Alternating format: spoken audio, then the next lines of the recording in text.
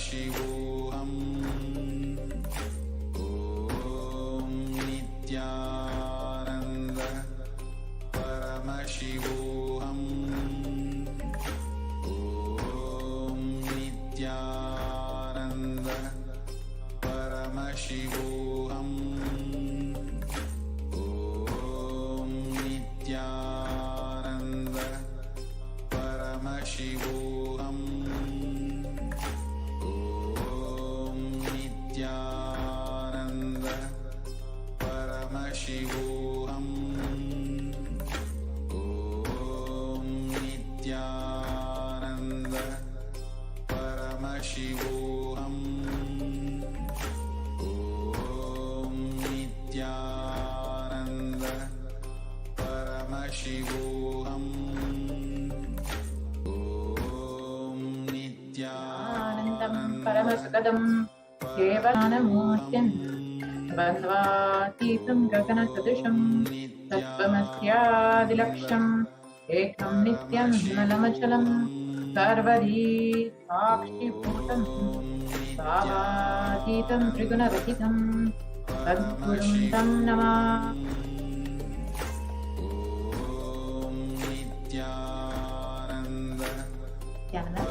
Welcome to all the viewers who are joining us from all over the world today, and a very special, happy Navaratri, the first day of Navaratri that we'll be entering into today. And of course, we have the Maheshwara Puja coming up on Mahal.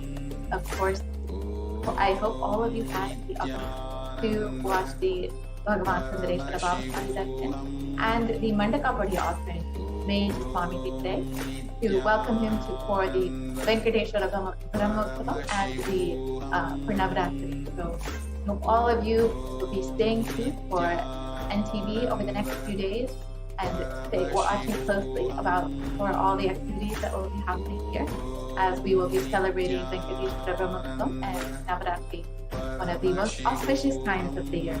So as we are celebrating Devi Parashakti and Navaratri, let us now enter into the Parashakti Akashakti and understand who is Devi and how she is manifested through the Supreme Cosmic Wisdom.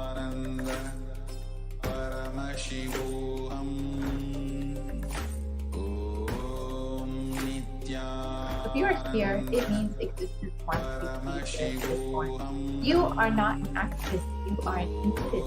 You are a conscious miracle of existence. Existence is trying to express itself through you.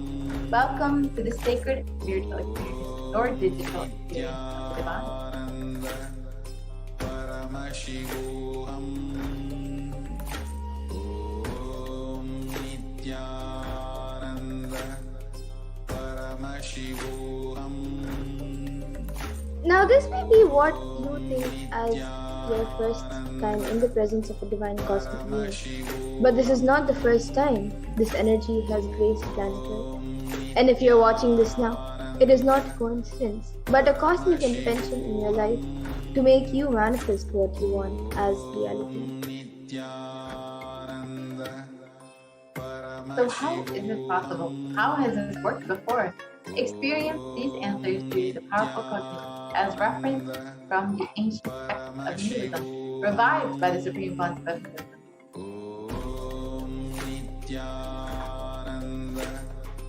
So now let us see more about the Divine Cosmic Mother, Devi Parashakti.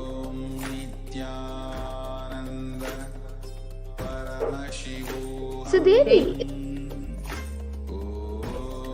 Devi is the ultimate pure feminine consciousness, the Cosmic Mother.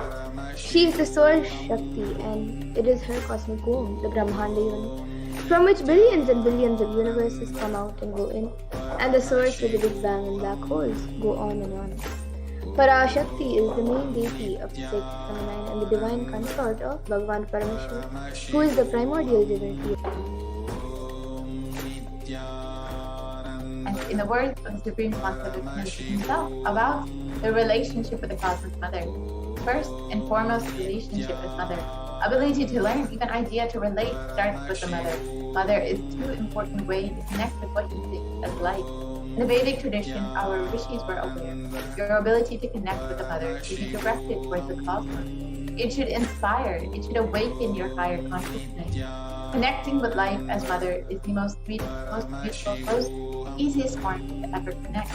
And especially at this time, Devi Parashakti is most available throughout the whole year to you to connect with her, to experience the motherliness of the cosmos, and to have the sacred feminine awaken each of you.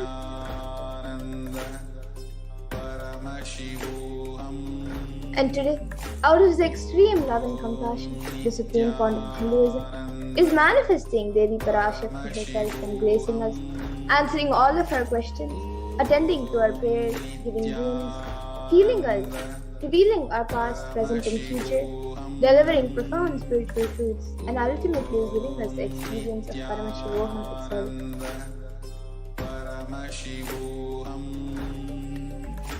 What is the Bhavaspanda?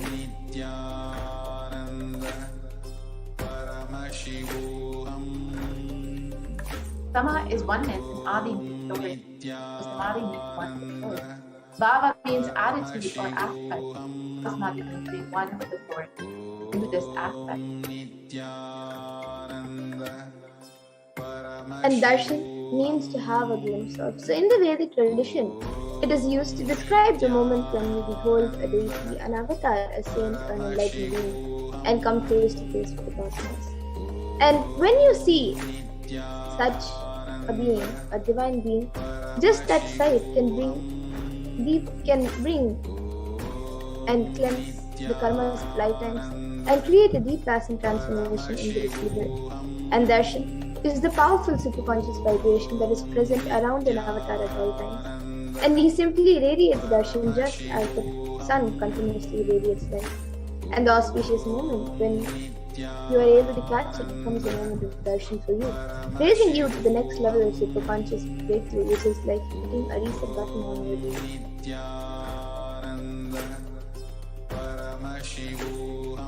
And let us understand the science behind the Bhavaspanda Darshan. The first thing you need to know is that the divine cosmic beings are real.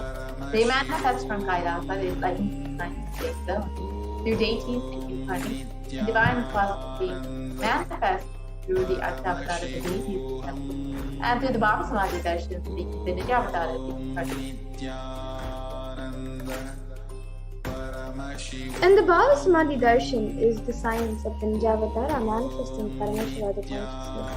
And it is where the formless, the being of Paramashiva, expresses through the Divya Shrira, the light body, and manifests as the Nijavatara, the physical form, embodied form, for us to experience Paramashiva. So, for example, Devi Parashakti expresses through the being of Raja Rajeshri and manifests as the Nijavatara, the physical form of Devi Meenakshi. And the Archa-avatar, the deity, reflects the consciousness in the manifestation of superconscious energy. But unfortunately, human beings are not mature enough to receive the higher level experiences from the Archa-avatar directly. And so, the avatar, the physical embodied form, comes down to bridge the gap and create an experience of superconscious energy in consciousness. The Bhavasamadhi Darshan awakens your Kundalini Shakti, which is the latent potential energy in every human being. This influx of superconscious energy visibly slows down the aging process and improves immunity to disease. And during the Darshan, the whole brain comes alive, turning into a superconductor of conscious energy that heals, empowers, and transforms our lives. And during the Bhavasamadhi Darshan, our neurons mirror that of the avatar. So the mirroring of neurons, which is a natural phenomenon which takes place in all of us, activates and processes all the observed moments or information of the avatar just by seeing. So that is, our entire body can silently and without moving receive what is happening elsewhere through a process of direct observation, experiencing the superconscious energy radiated by the avatar. And the Akashic readings are not fixed. They are archived. Beyond space, creation and destruction is happening. In the dimension of time, starts the past, present, and future. And because Akashic records are stored in Akasha, space, There is no past, present, or future. That is why what you call as happening, yet to happen, are clearly already recorded. So now let us learn more about who the Supreme Pontiff is, the one who out of his extreme love and compassion is giving us this pure science of Baba Samadhi Darshan.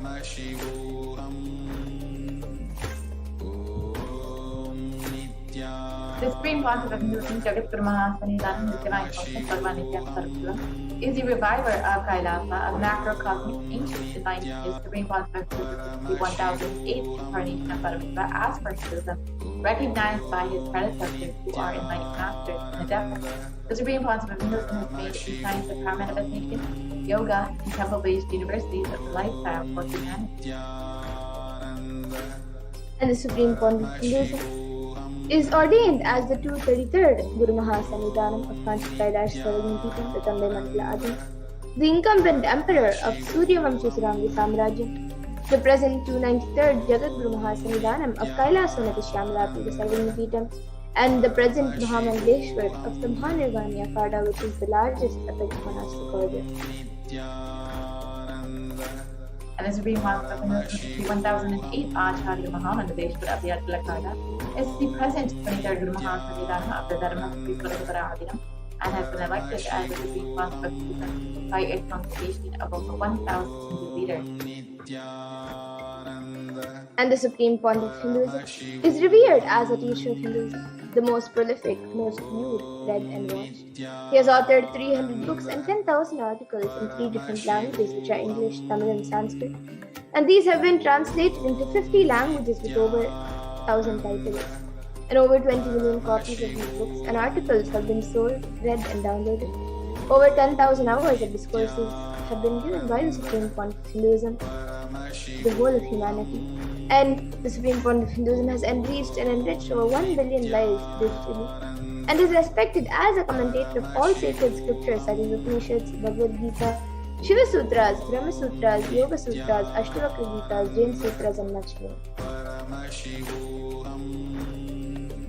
And the Supreme Pontiff of Hinduism is honored as the leader of Hinduism, who has awarded internationally recognized Hindu leader, is a reviver of 108 ancient Hindu Sampradayas, including the Rudraganya, Siddhas, Jesus, Vaidavas, and is the establisher of the largest university, Kailasa's Nithyananda University in the world, with satellite campuses in 150 countries. And Pontiff is the establisher of 1,000 plus Kailasa schools, and the founder and reviver of over 107 Vidyas. Supreme Pontiff of Hinduism is the collector of the largest Hindu library with over 1 million books, 1 million manuscripts, and over 20 books. And now, with that, we will be getting into the next segment of this program, where all of us will be seeing a live demonstration of these extraordinary awakened in us. We'll be demonstrating and sharing with all of you the experiences and results of the extraordinary manifestation awakened in us through the Diksha, the sign of initiation. And in today's Baba Samadhi Darshan, all of you will also be receiving the initiation into the third eye awakening. And with the grace and blessings of the Supreme Pontiff of Hinduism, we'll be manifesting the following powers of third eye, which is seen with the eyes blindfolded, as well as many other extraordinary Shaktis. Now, some of you might be wondering where the third eye is located and how the third eye exactly works.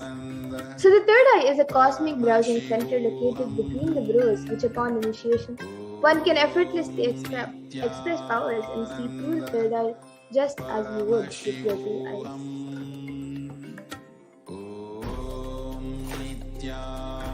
Now let us understand more about what are Shaktis. How exactly do these Shaktis manifest?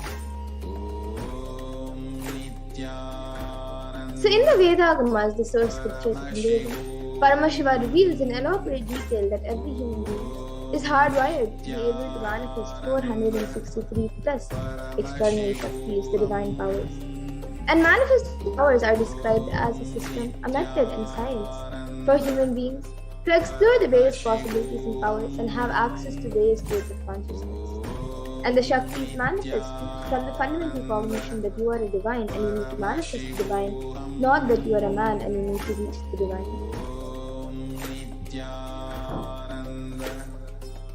Now, some of you might be thinking that Shaktis and Siddhis are the same, but the truth is they both are not the same. Shaktis expressed from the space of enlightenment as a side effect of feeling connection with the divine and high integrity with the Guru and their source of enlightenment, whereas Siddhis are powers that manifest from tapas or penance for enlightenment and are on the path of enlightenment. And the Shaktis of Paramashiva manifest through ordinary human beings in an extraordinary way after the initiation by the avatar and are permanent, whereas Siddhis are not permanent and may divert from enlightenment. And the source of all these Shaktis, Paramashiva, is the primordial divinity in Hinduism, the ultimate reality and cause, which is self-effulgent, Swayam Prakasha, all-pervading, unchanging beyond time, space, form and causality. And as the fundamental base of Avyakta, the manifest, and Vyakta, the manifest existence, he performs the Panchakritya or the 5 cosmic acts of Shrishti, which is creation, Sthiti, which is sovereign rulership and maintenance, Samhara, which is rejuvenation, Trubhava, which is putting out of delusion, and Anugraha, which is liberating grace for all living entities. And the avatar of Paramashiva, the supreme point of Hinduism, Jagat Guru Mahasannidhanam, His Divine Holiness, Bhagavan Shri Nithyananda Paramashivam, is the 1008th living incarnation and representative of Paramashiva, and the reviver of Kailasa, the ancient enlightened Hindu civilization nation, and the great cosmic godless in the nation. So ever since the beginning of the civilization, the Sanatana Hindu Dharma has been the cradle of enlightened beings and highly advanced sciences, and it was where the science of enlightenment and powers was lived and taught as a lifestyle. And for the first time in modern day, the supreme point of Hinduism is reviving these yogic sciences and transmitting it to the world at a record-breaking pace which has never accomplished before.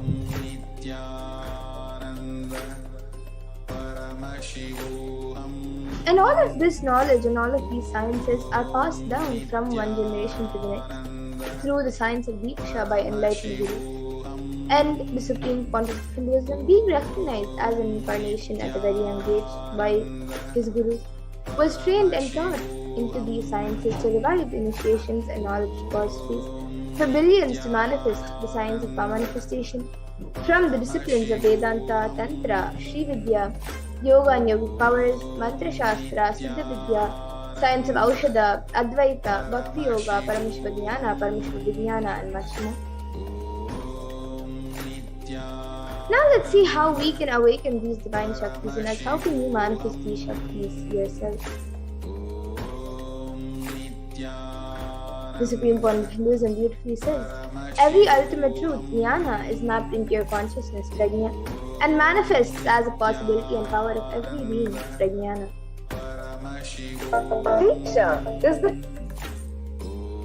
And the science of power manifestation is authenticated through 4 aspects of evidences of pramanas. So the first is the Shastra Pramana, which is the eternal, unchangeable truth revealed in the source scriptures.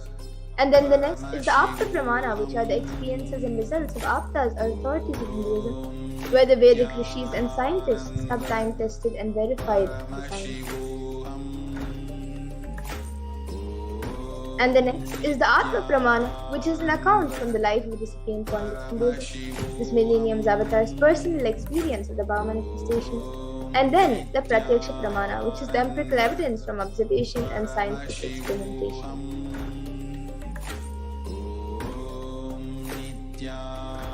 Now, some of you might be wondering what exactly are these Vedas and Agamas in which Paramashiva has described all of these sciences. So the Vedas are the ultimate superior authority for Hindus and are pure science where the ultimate truths are explained. And the Agamas are the scriptures where the applied technology and the applied sciences are expanded. So the Vedas and Agamas, the Veda Agamas, are given the status of Shruti as they are directly revealed by Paramashiva. They are the ultimate, eternal, unchangeable truths. And a reference cited from these Shastras or source scriptures is called the Shastra Pramana. So now let us all get ready to witness a very unique and very exciting demonstration of the powers of Third. After we go through the Pramanas for this power.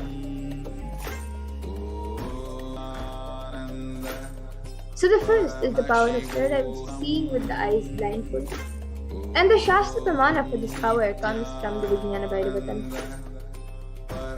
Kapalantarmanonyasya tishtannilitalochanaha ramena manasodaya lakshaye lakshyamuttamam.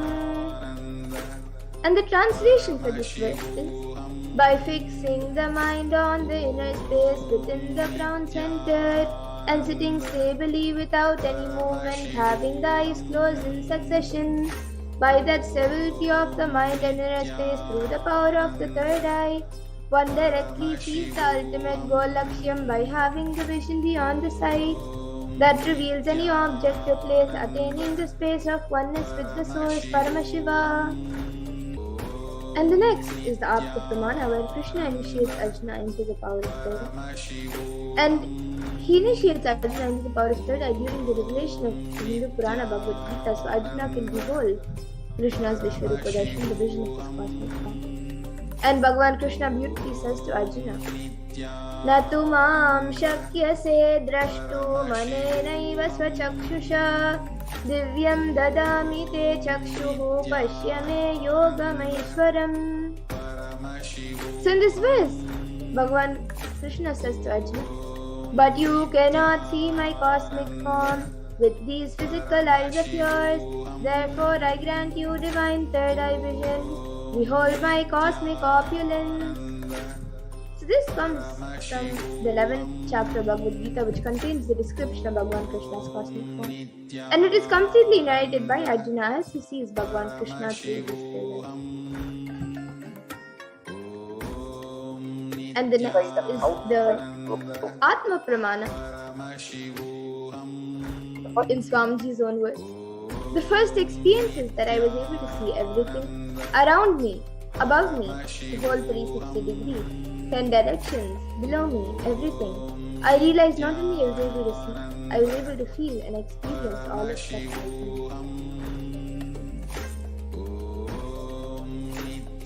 And the next is the Pratyaksha Pramana. So here all of you can see study measures were done on the brainwaves of the Supreme Consciousness.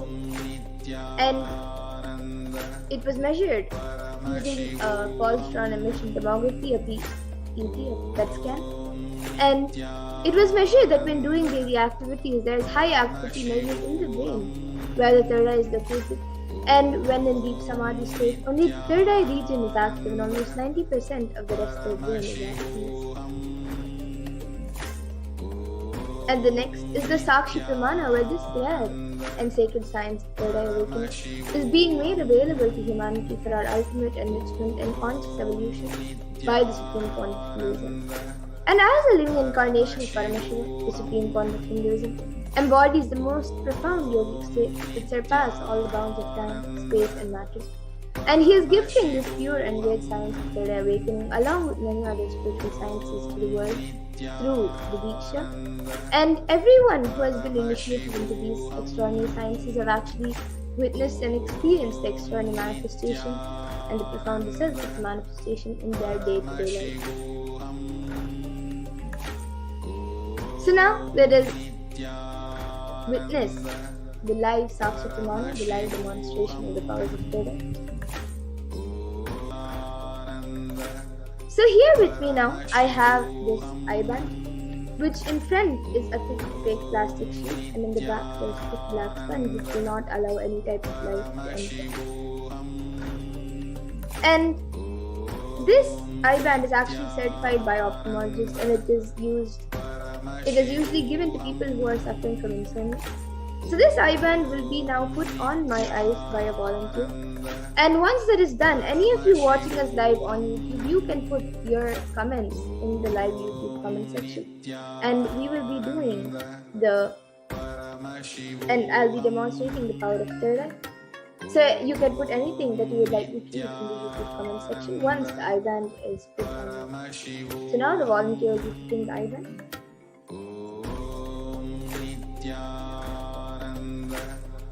Paramashivoham, Nithyananda Paramashivoham, disciple. Nithyananda Paramashivoham. Nithyananda The Buddha disciple. Nithyananda Paramashivoham. So now the eye band has been put on me. I will be turning to my right, left, up, and down. So all of you can see that the eye band has been put on. There is no gaps anywhere. And now the YouTube comment section will be projected in front of me, and we'll also be projecting it for all of you. And anyone who would like to put your comments, you can put your comments in the YouTube comment section. Yes, we already have a few comments.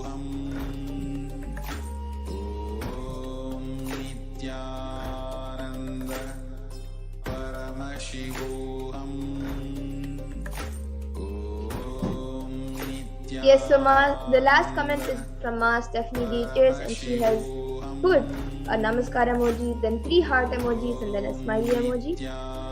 And then yes, we're projecting the comments for all of you.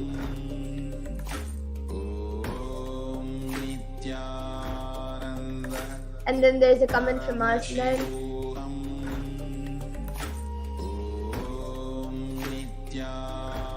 There's a comment from Arslan. Sorry, I can't pronounce your name. I'm not able to pronounce your name. And you have put crescent moon, and then a yellow heart, and then a white flower.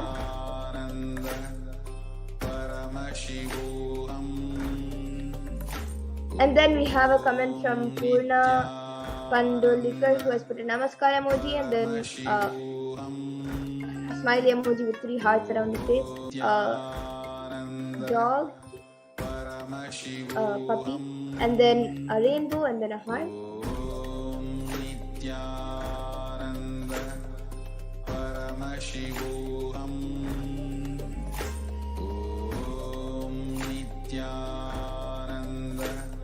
Is there anyone else also who would like to put in your comments? You can put your comments.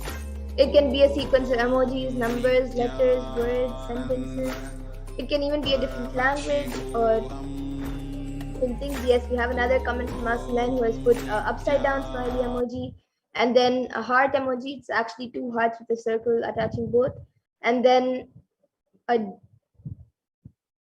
dancing emoji, and then a namaskar emoji, and then a smiley emoji with 3 hearts around. And then Purna Pandalikar Aya has put awesome. Purna Pandalikar has put awesome. Yes, and anyone else also who would like to put in your comments, you can put. It can be anything, a sequence of emojis, letters, numbers. It can even be a sentence that does not make sense at all, and it can even be a different language.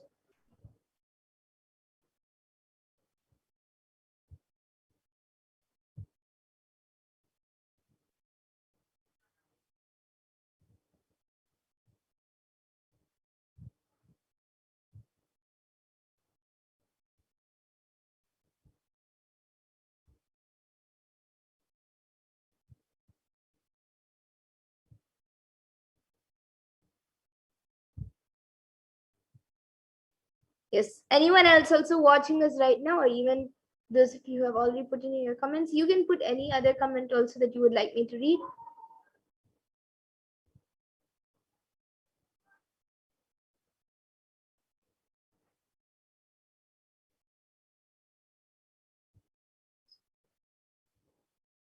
Yes, now we have a comment from Maslan, who has put bravo ma.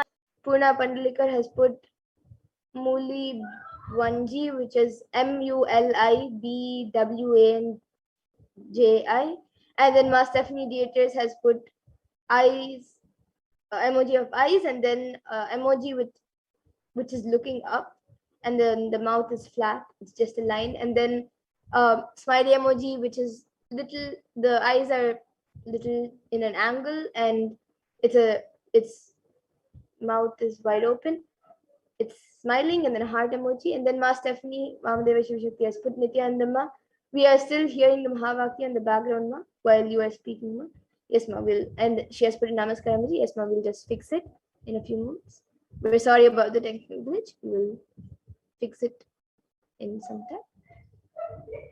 And we then have a comment from JNNK, who has put a flower emoji, a pink flower emoji.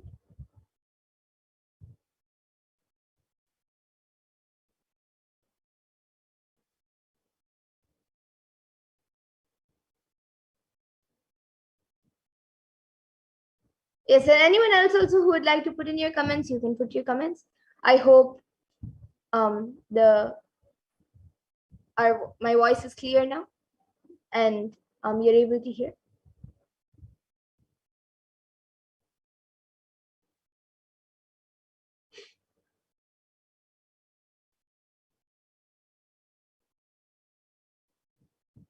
And anyone else also who would like to put in your comments, you can put your comments. It can be anything. Yes, Ma Stephanie has now put okay, better Ma, thank you, and the namaskar emoji and a heart emoji. Yes, we apologize for the technical glitch.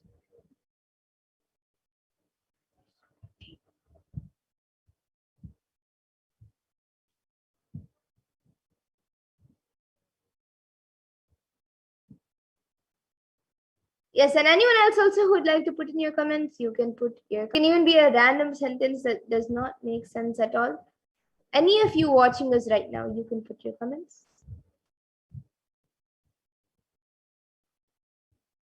Yes, now we have a comment from a person named JNNK, who has put a lion emoji, a lion face, and then Marceline has put thank you and a heart emoji.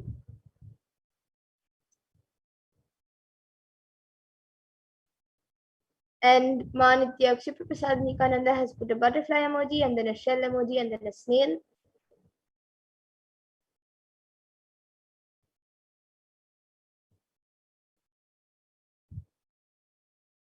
Yeah, so everyone else also watching us, you can also see the comments. The comments are being projected for all of you. And even if you're skeptical about this power and you're watching us right now and you're skeptical about this power, you also can put a comment in the YouTube comment section and see for yourself. You can put anything. Yes, now we have a comment from Purna Pandalikar, who has put, you are the world's sunshine. Then Shankar Ghimire has put Nityanandam to everyone and 2 exclamatory marks.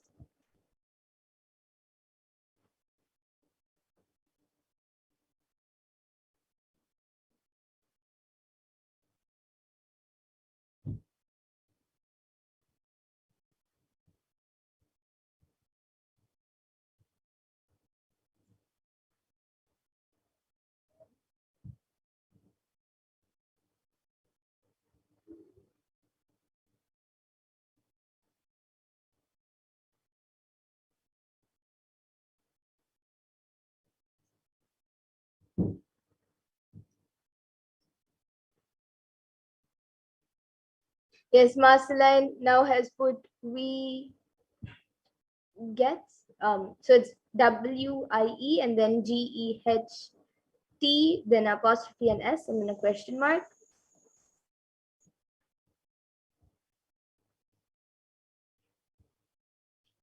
And now we have JNNK, who has also put awesome and then 2 heart emojis. It's actually a big heart and a smaller heart.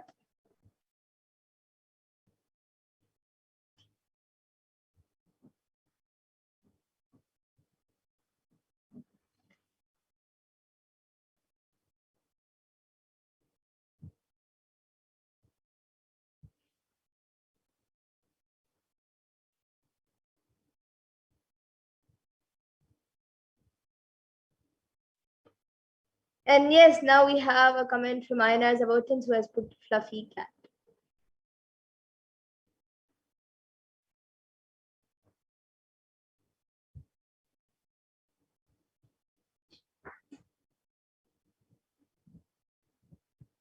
And Shankar Himere has put today is New Moon Day, and Shipra Prasad Nikananda has put Beautus.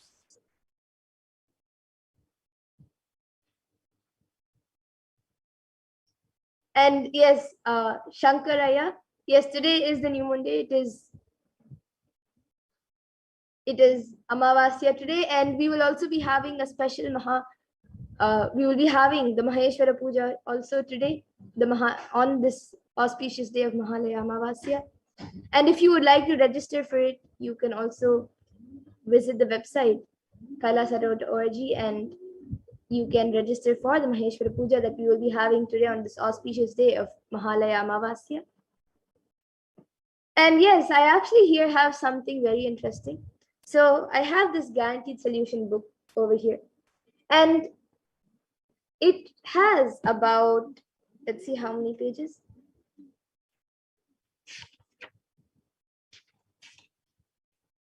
There is totally 623 pages.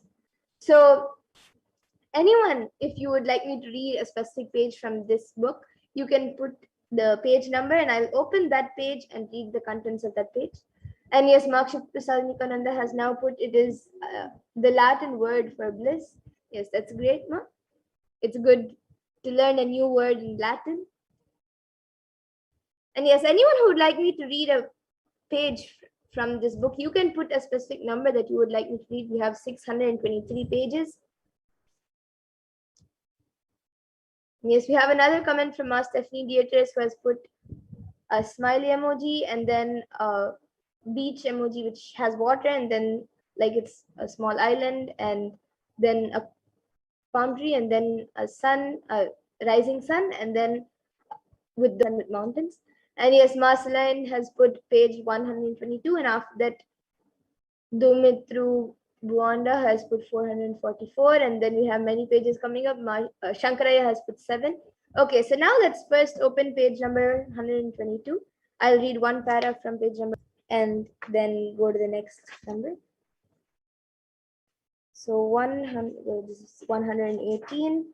Okay, 122.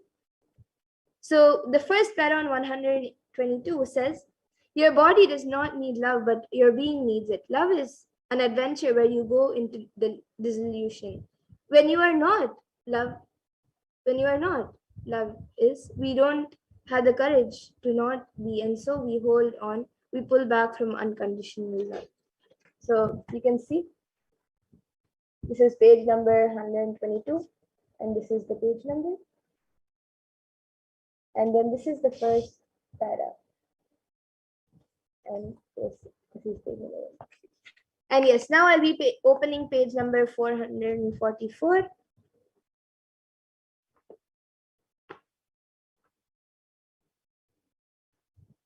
This is 364, 476.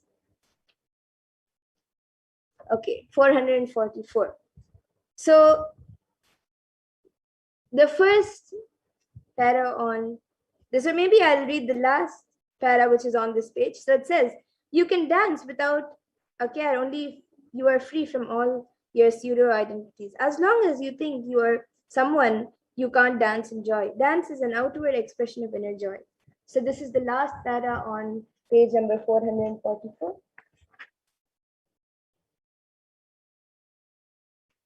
And yes, now page number 7. Shankaraya has asked for page number 7.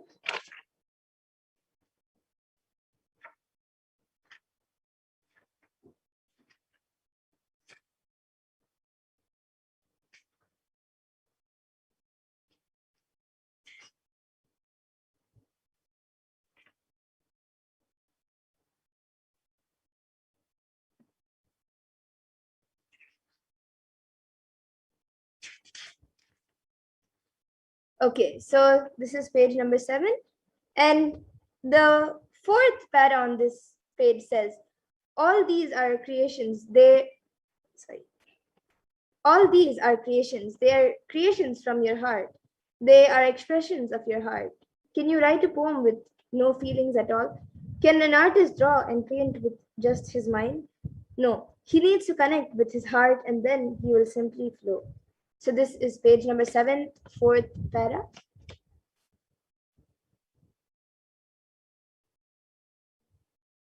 And yes, now Marceline has, Shipraprasad Nikananda has told 578. Yes, I'll just open the page and show it, and then we can move on to the next power of body 178.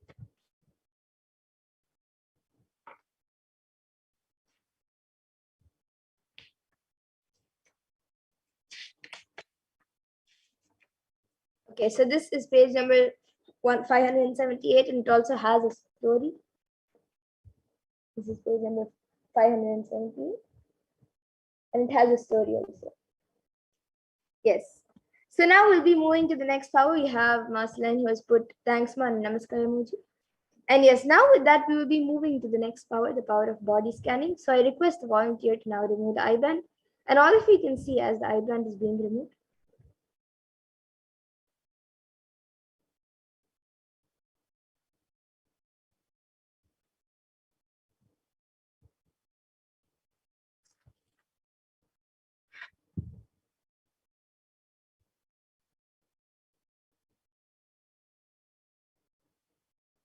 Yes, so you can all see the eyeband. It was just as it was before. And now we will be getting into the next power, the power of body scanning. So the Shastra Pramana for this power of body scanning comes from the Vijnana Bhairava Tantra. Swadehe jagato vapi sukshma sukshmataraani cha tatvani yani nilayam dhyatvante vyajyate para. And the translation for this verse is, in this verse, Bhagavan Paramashiva says, cognize deeply that from the subtle to the subtlest constitutive principles of your whole body, Swadeha, or the whole universe simultaneously consist of the essential reality. They are being absorbed in their source cause, Paramashiva. By the experience of such restful awareness, one becomes complete from all thoughts, and the ultimate universal divine power, Paradevi Adi Shakti, is revealed, and the supreme power manifestation happens.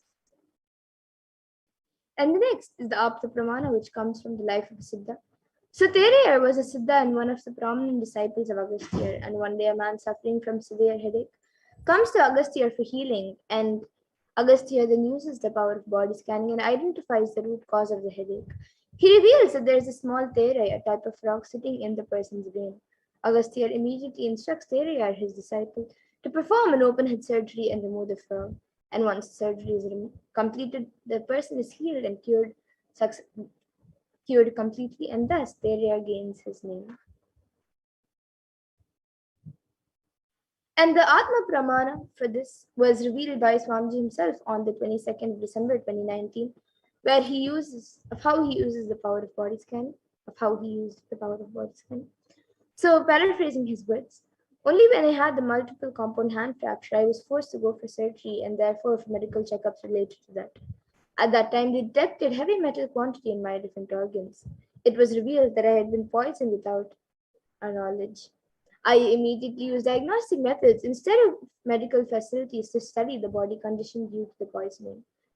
Through body scanning, I found out what the problems, imbalances had happened, and where balances had to be done. I used allopathy as a second opinion to verify my findings.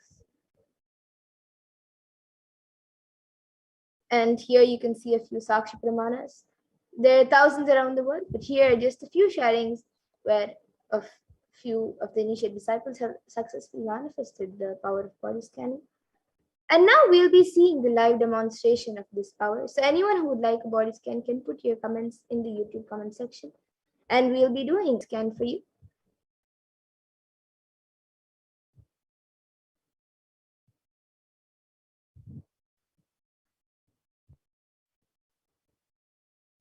Yes, so Ayana Zavotinsaya has asked, I want a body scan. The borax, the decahydrate powder, which I am sometimes drinking, is it beneficial for my detox and healing?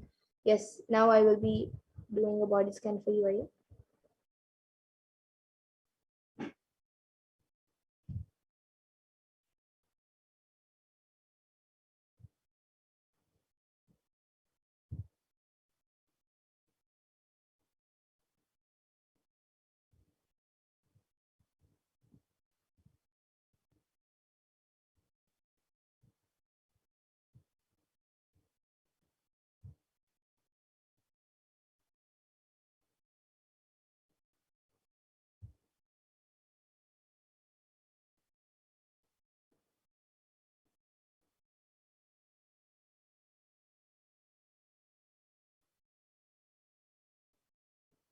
Yes, so Einar Zabotinzaya, what I was able to see was that actually this drink is not creating any body. It doesn't have any bad effect or any good effect.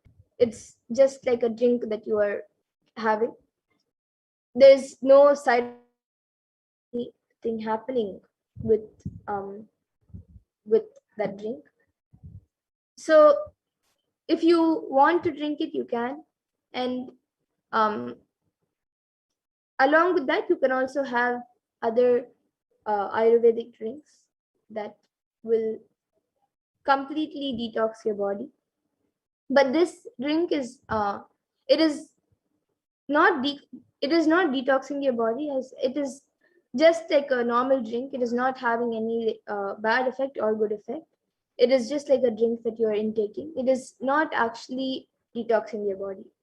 So this is what I was able to see for you, Aya. And Purna Pandlikar has also asked for a scan. Yes, ma'am, now I'll be doing a scan for you.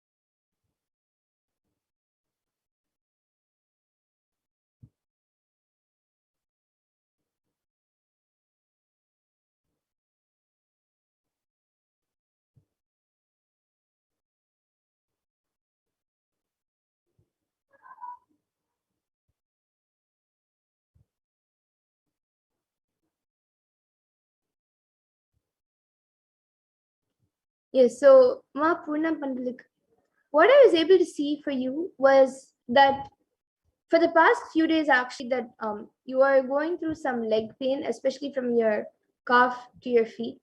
You are feeling some kind of uh, stretch, or like something is pulling, and even your heels, especially like in your from your calf to your feet, there is some uh, like something like a nerve is pulling, so it gives like a burning sensation, or like a very stretching.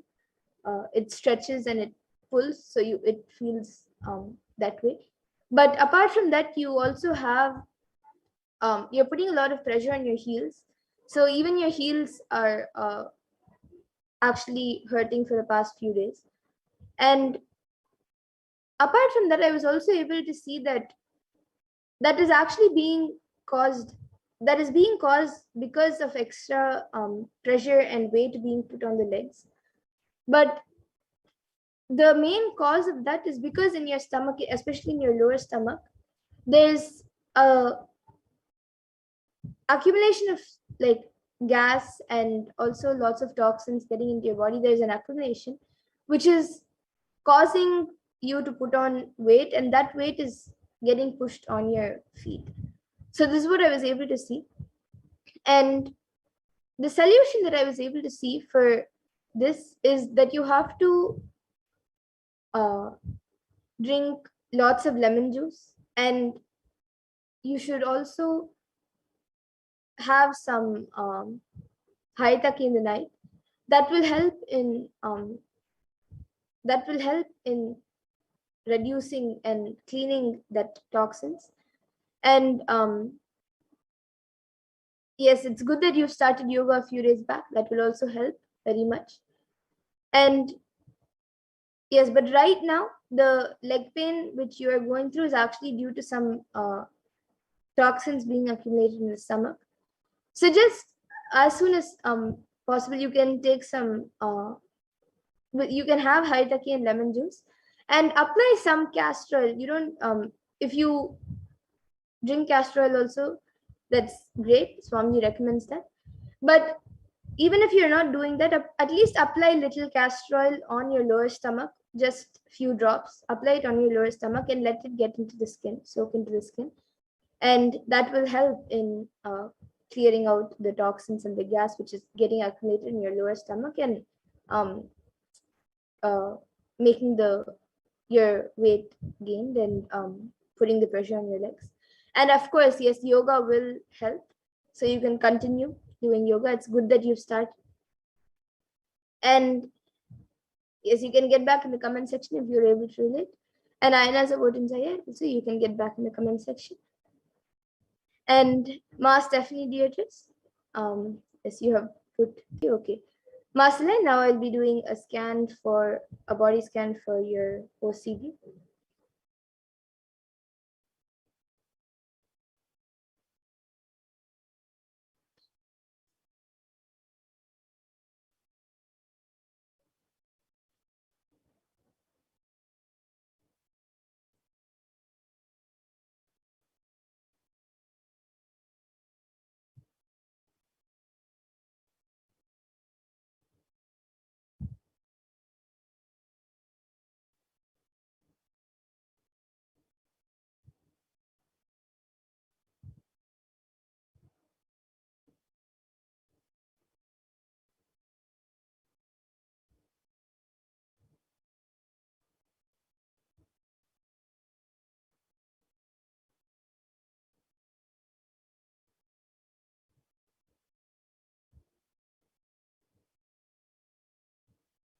Yes, Ma. So, Ma, Celine, what I was able to see for you to come out of your OCD was that for the next few days, at least for the next 1 week, and even after that, whenever you feel anything, just at least for the next 1 week now, as much as possible, don't you can as much as possible don't use the device, or don't get into activities that like distract your mind from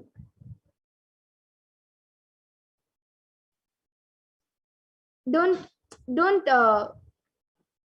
continue, or don't just reduce the activities which distract your mind or which disalign you from your normal routine, and have a more active lifestyle. And as much as possible, just try unclutching whenever you have some time, even if it's just for a few minutes.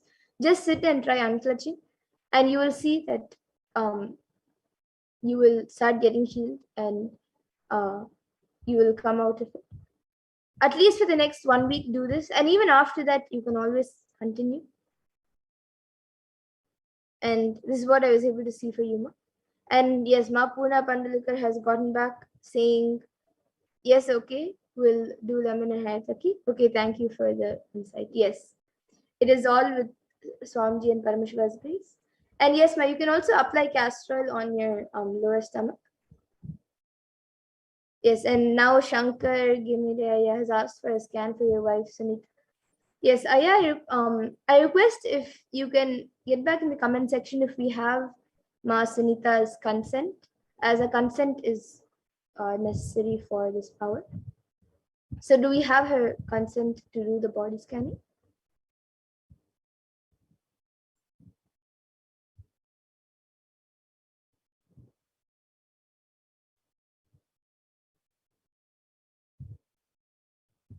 Yes, Ma Solanji has gone back saying thanks, Ma. And Shankaraya, you can get back if Ma Sunita has given her consent. Get her consent and again request on the chat any other day. If you don't have her consent yet today, you can again put in your comments every day at 2 a.m. IST or 4 p.m. IST during the program.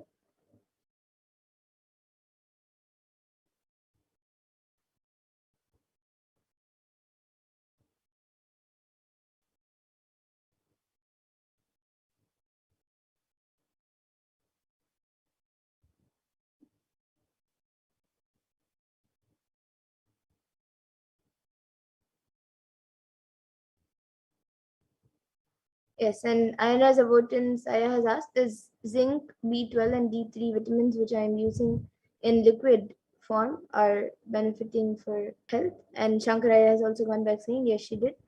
She has back pain. Okay. Yes, Saya. Now I'll be scanning for Ma Sunita, and Ayana Zavotin Saya, I'll be scanning you also.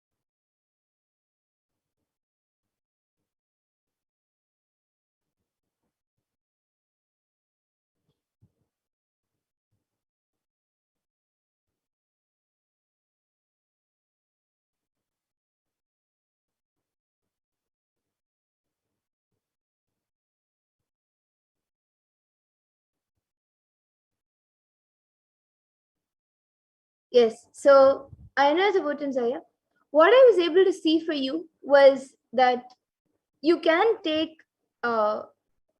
things that consist zinc, B12, and D3 vitamins, but the liquid that you are using now, I was able to see that you should avoid that as much as possible.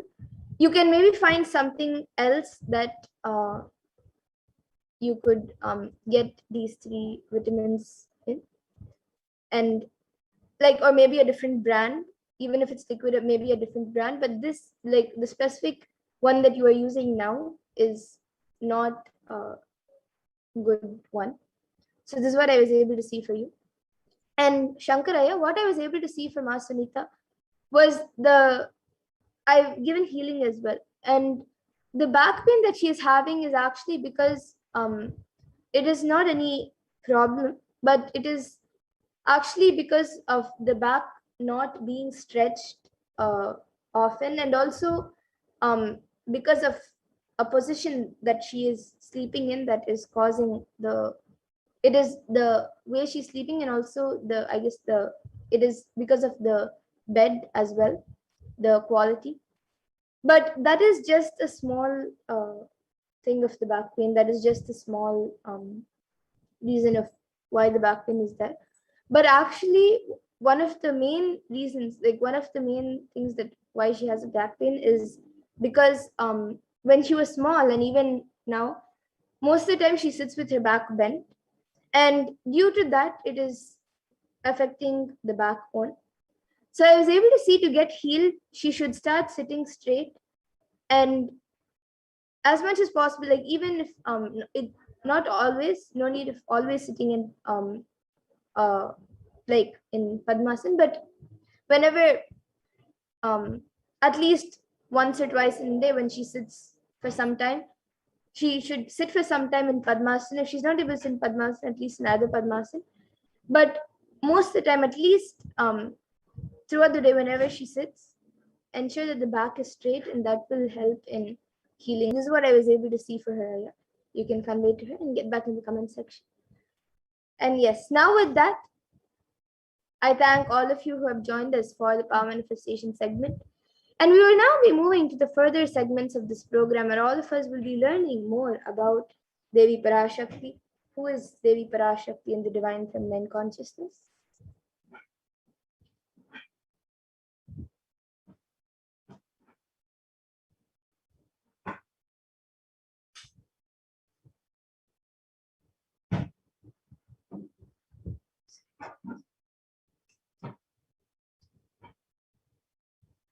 So let us first look at the Dhyana Shloka of Devi Parashakti, which comes from the Lalita Sahasranama Dhyana Shloka.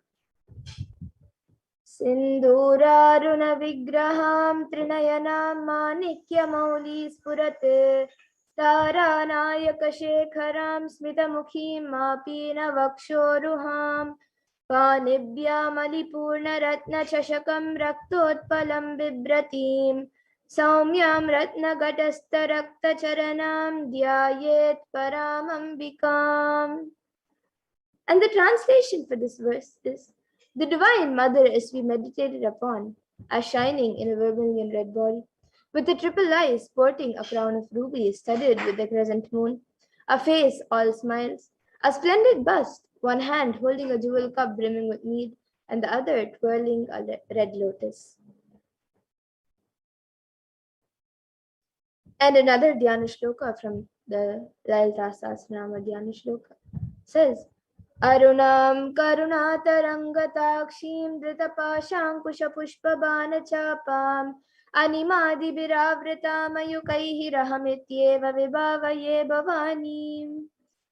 And the translation for this verse is: I meditate on the great Empress. She is red in color and her eyes are full of compassion. She holds the nose, the hands. She is surrounded on all sides of her days, and she is the self within me.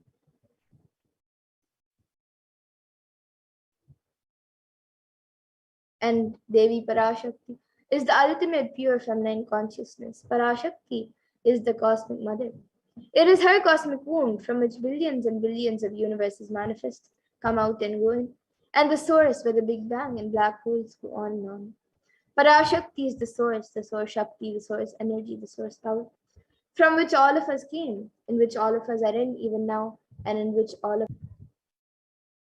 and out of her extreme love and compassion, Devi Parashakti herself is manifesting through the embodied form as the Nijavatara of the Supreme Font of Hinduism, Jagat Guru Mahasannidhanam, His Divine Holiness, Bhagavan Shri Nithyananda Paramashivam, gracing us, answering all of our questions, attending to our prayers, giving boons, healing us, revealing our past, present, and future, delivering profound spiritual truths, and ultimately giving us the experience of Paramashivoham itself.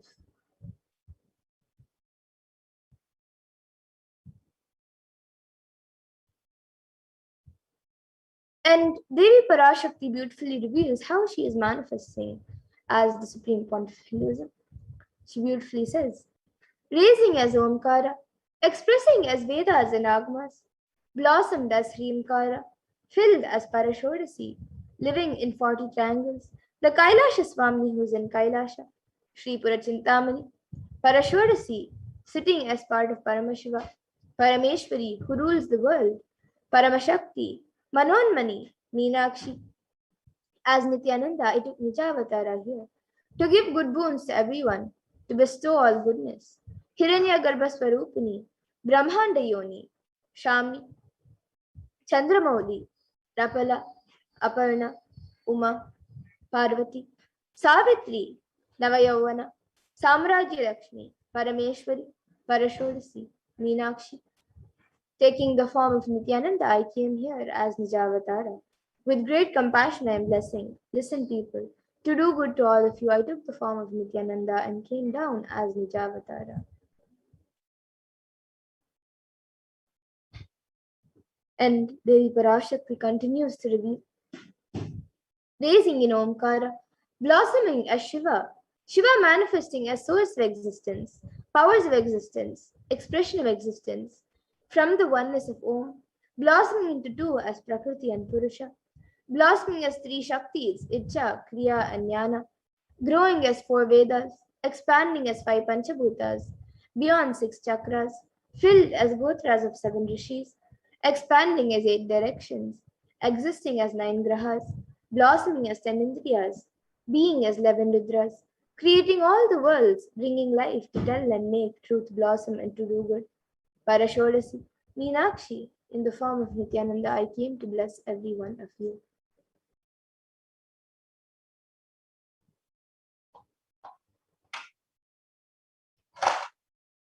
Now let's see how we can receive Devi Parashakti. So literally we're seeing Paramashiva and Parashakti at that moment. She is there on your screen, so you can receive her in a very traditional way. You can keep two beet leaves, one betel nut, one banana, and a coin in front of the screen as you watch Devi Parashakti. And some of you might be wondering what exactly a coin is considered as or what is its importance. So in the Hindu tradition, a coin is actually considered the traditional dakshina and can be the lowest value. In India, it can even be just 1 paise, and in the US, it can even be just a cent. Swamiji says, I'm not trying to monetize. Keep even 1 cent, it is okay. So for 100 days, if you have darshan, it will add up to $1. In India, even 1 paise is okay. And you can offer that to Devi Parashakti. And once the darshan is over, you can do namaskar and eat the banana, the betel leaf, and the betel nut, taking it as prasadam immediately. And the coins that you collect, you can send it to the Los Angeles temple for the further procedures. And this betel leaf and betel nut may actually look too small, but in a few days, you will see how much that's your sentiment that really Devi Parashakti is there. You will not take the Devi darshans for granted. Rituals will break your monotonous unconscious mentality and lifestyle and remind you and raise you to the powerful cognitions. It will break your unconscious behavior. We can go to the next slide.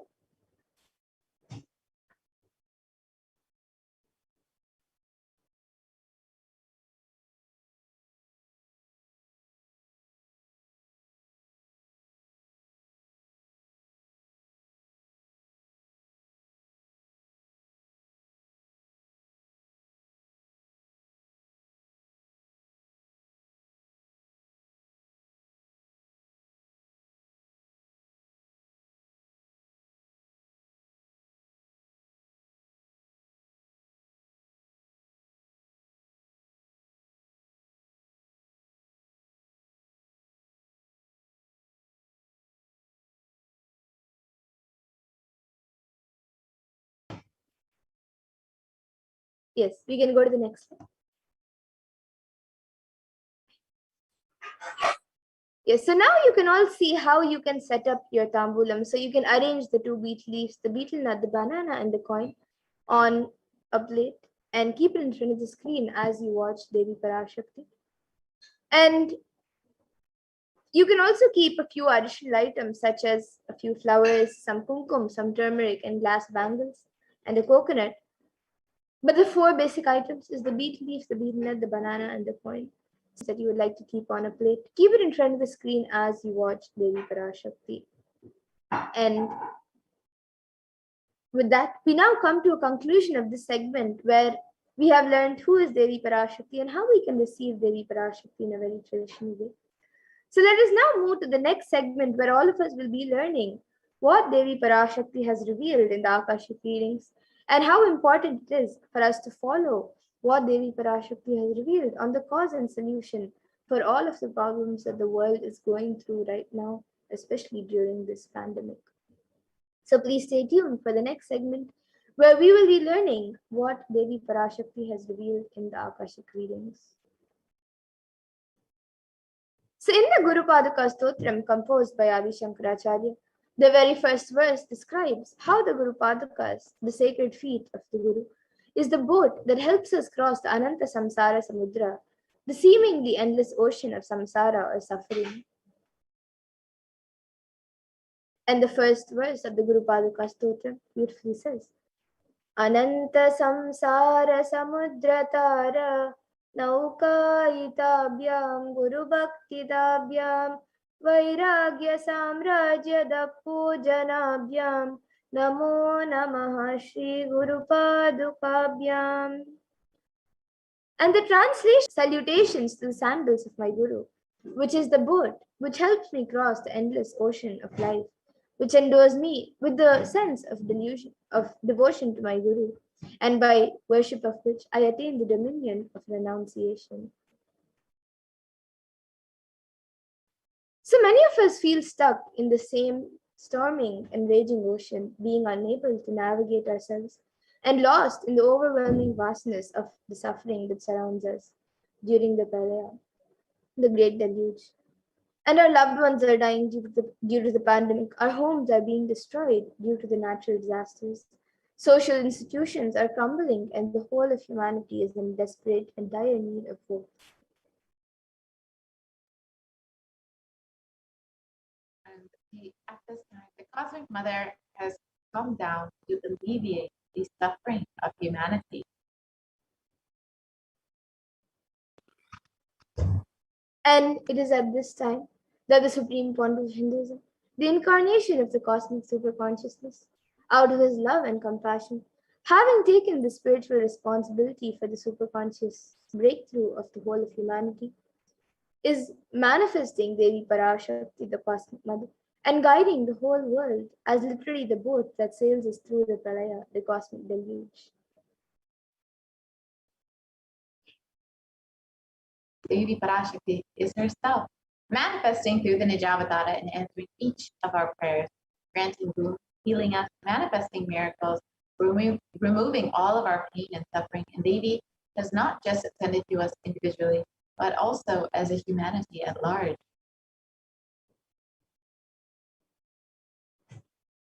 And Devi Parashakti has guided the whole of humanity in the form of revelations of profound sacred secrets in Hindu Dharma, showing us the future regarding global issues, the COVID pandemic, natural disasters such as fires, floods, and much more, and even the twisted human conspiracies and underground wars which have not yet surfaced to common knowledge as yet. So in this segment, we will be elaborating on the statistical, scientific, and scriptural references of each sacred revelation, which is manifested precisely as the same guidance emerged from Devi Parashakti, for us to imbibe deeply and to start following as Devi Parashakti continues to protect us until the storm ends and we are safely harbored at the shores of our country.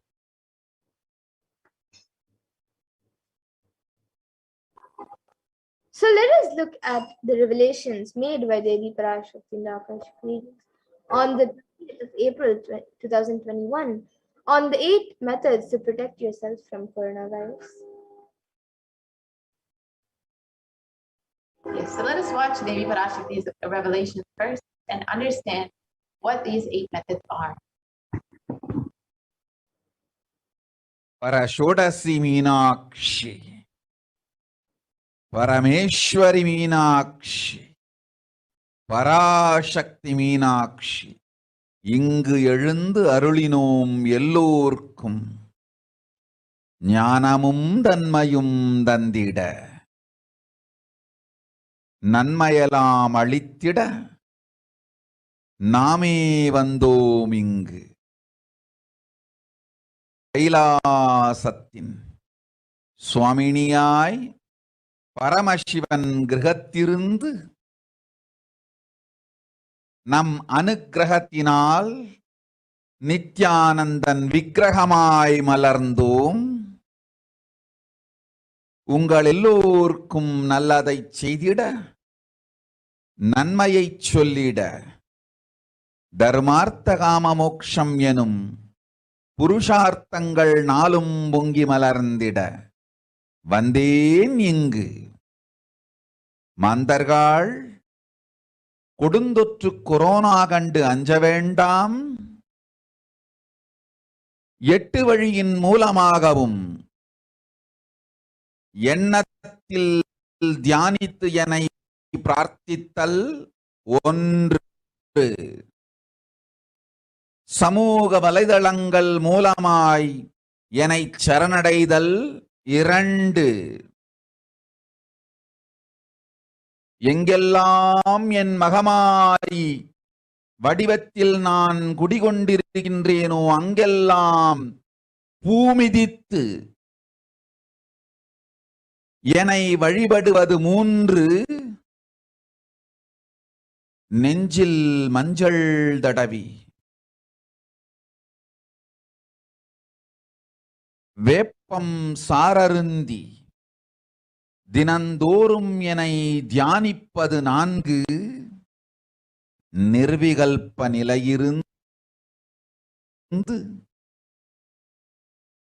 நித்யானந்தத்தை நிறைத்து உயிர்வது 5, Shiva Shiva Shiva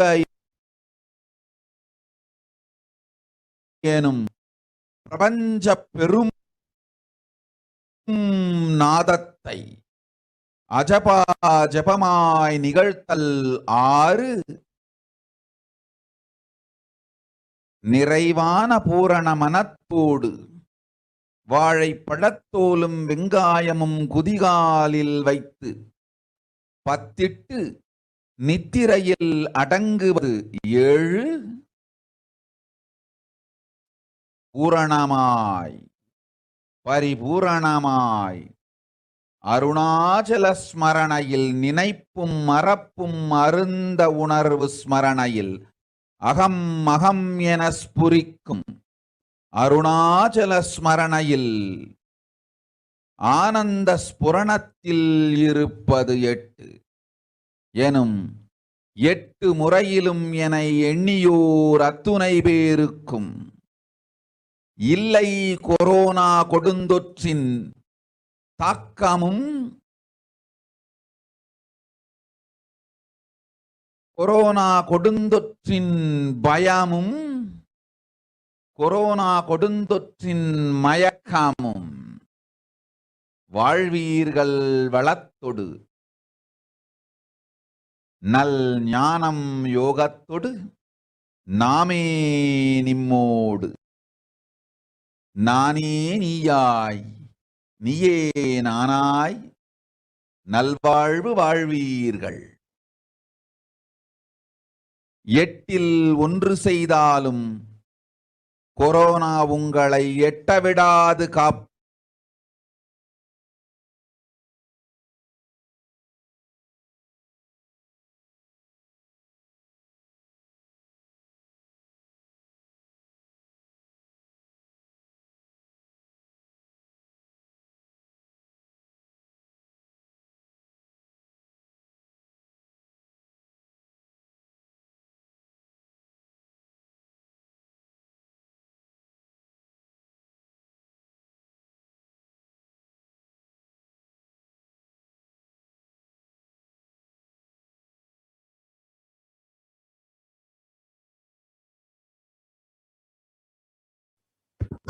So now let us look at the translation of the Parashakti's revelation.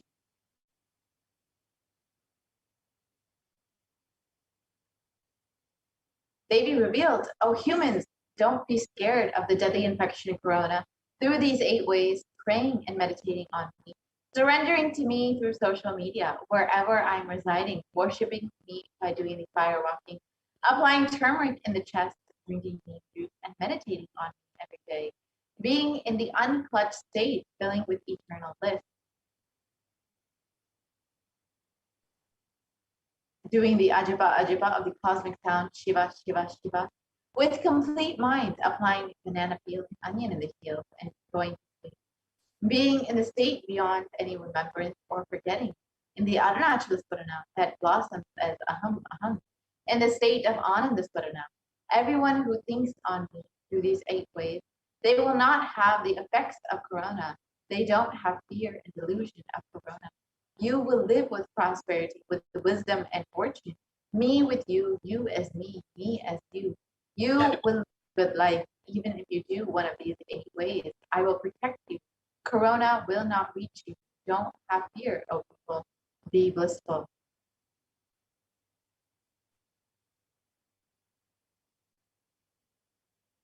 So in this revelation, Devi Parashakti has revealed 8 methods to protect all of us, all of humanity, from COVID-19. So we are now going to see the benefits and the science behind each method that Devi Parashakti has revealed. The first method that Devi revealed to protect yourself from COVID-19 is praying and meditating on Devi Parashakti. So a study published by Healthline gives 12 science-based benefits of meditation, and the 12 benefits is that it reduces stress, controls anxiety, promotes emotional health, enhances life self-awareness, lengthens the attention span, may reduce age-related memory loss, can generate kindness, may help fight addictions, improves sleep, helps in controlling pain, can decrease blood pressure, and is active. And Devi has revealed that praying to Devi will protect you from COVID-19, and the Department of Health and Human Services has done a study on meditation at this time and has shown that meditation has a direct benefit to both our physical as well as our mental health.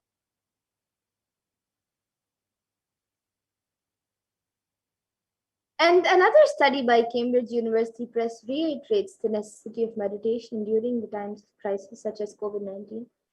And here you can see the study done by Cambridge University Press. And research published in Everyday Health has shown that prayer and spirituality protects the emotional health by offering a bigger sense of purpose, by providing social support, by lifting the spirit, and by helping you cope with difficulties.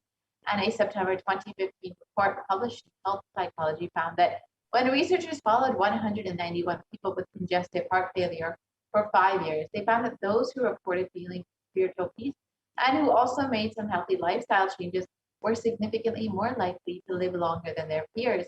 And people with major depressive disorder or chronic medical illnesses who report high levels of religiosity, which includes daily religious experiences, and generally become more optimistic than their peers. This was found in a study published in July 2015, Depression and Anxiety. So now let us watch a video where the avatar himself directly demonstrates how meditation impacts the brain.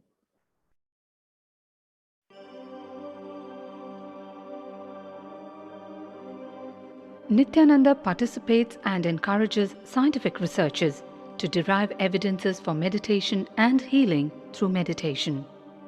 Dr. R. Murli Krishna, President, COO, Integris Mental Health and James L. Hall Jr. for Mind, Body and Spirit, Oklahoma in US, and his team invited Nithyananda to derive scientific evidences for meditation and the state of his enlightenment. When Swamiji came, I have requested him to do one thing. I asked him, would you be willing to undergo some scientific investigation of the meditation process? He very cheerfully agreed without one complaint. He went for 3 repeat sessions for PET scanning and 3 repeat sessions for quantitative EEG sessions. And these are really not very easy tests to go through. It requires a lot of patience and a lot of willingness to do that. So we did that. Because if a meditation process is doing something to your brain, we should be able to detect that. Scientific findings are verifiable. They are replicable. You can replicate them, duplicate them. So Swamiji went through those sessions and we found some interesting findings. In PET scan, they inject a radioactive dye which goes and sits in parts of the brain that are active. In the normal, non-meditative state, the brain is very active.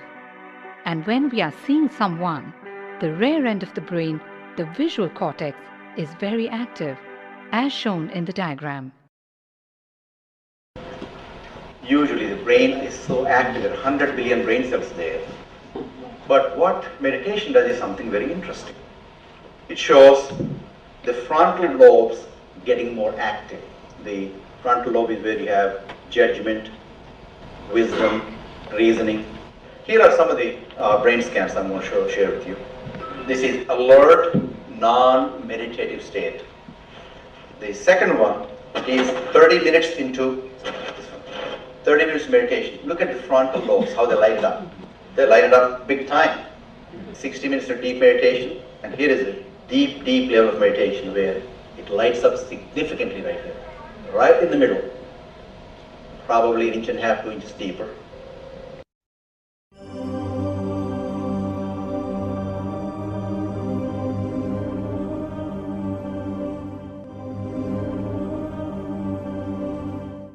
What's interesting was, Swami was inside, and that's the last part of that one. See that light right here? So what's interesting was, I've never seen that before in my life. So the other parts to the extent that Swamiji showed. But this is something interesting. There is something called dopamine, which is a chemical our brain is involved in. Dopamine is produced mostly in this area. And when you have any pleasurable feeling in your body, it is mediated through dopamine. It's a neuroreceptor. It's a chemical that transmits messages of pleasure.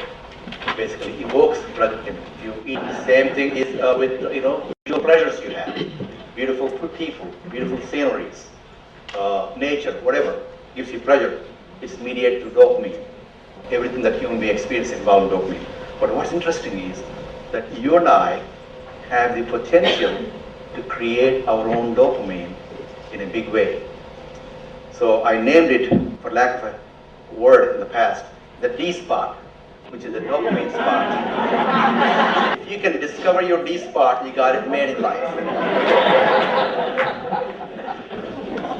The D really stands for divine spot. The D also stands for delight, and the dopamine spot. What's also interesting is that he could, at will, go in and out of the states. Those are some of the findings I want to share with you. There's so much more talk about physiology of mind and brain and the body. It's a fascinating field that this is something that all human beings can relate to, can apply in our own lives. Not only a sophisticated knowledge, but these things have application in daily life for all of us. Nithyananda's system of free healing, known as Nithya Spiritual Healing, has been baffling the medical world, curing diseases from migraine to cancer. Qualified people are also initiated to become healers. The complete report of the research conducted on Nithyananda's neurological system can be found in the book Mystic Phenomena, Scientific Data. The Supreme Quantum of Hinduism has revealed about prayer.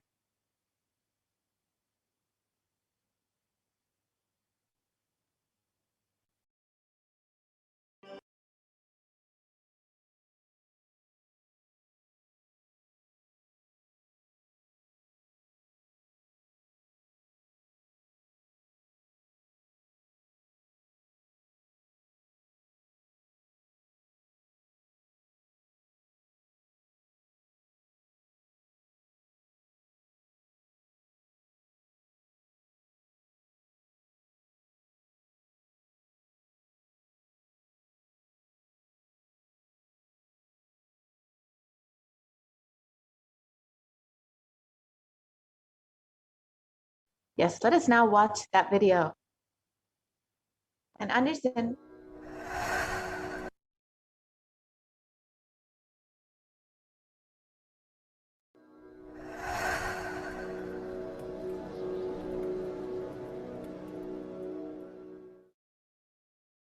If you are not allowed to do yoga, made to believe early morning sleep is the best thing in your life, you are tortured, you are abused, your divine rights are violated.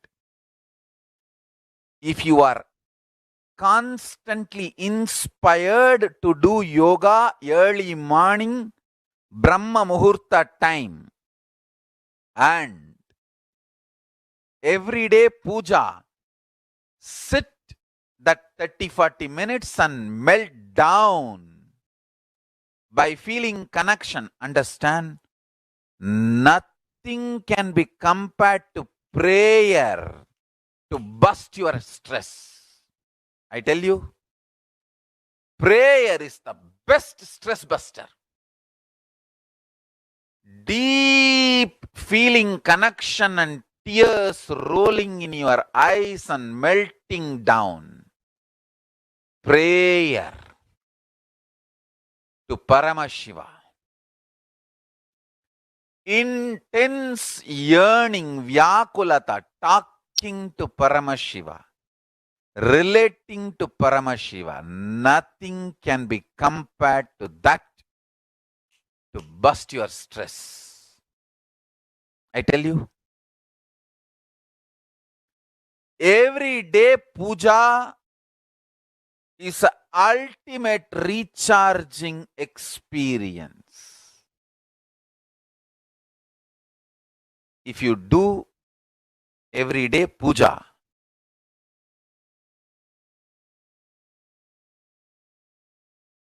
the kind of the stress-free life you will live,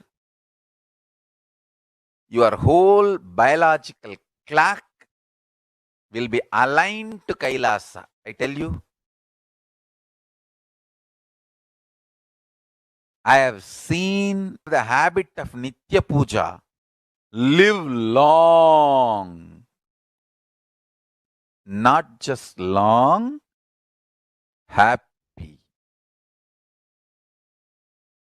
In my whole life, it is Nitya Puja, Puja, that gave me all the best things of life. Everyday puja, relating with the deities is the best stress buster. Touch the deities, do decoration, dress up. Even now, my best time of the day is when I sit with my deities. When I sit with my deities, dress up the deities, jewel them, spend time with them, talk to them, intensely pray, deeply connect and pray. Understand? You do not know the power of Archavatara. God landing in physical deity form. Never underestimate the power of Archavatara. The Archavatara is equivalent to living avatara. What living avatar can do to you, an Archavatara can do. Atma Linga I am giving to all of you is literally living Archavatara. It's a piece of God. Literally.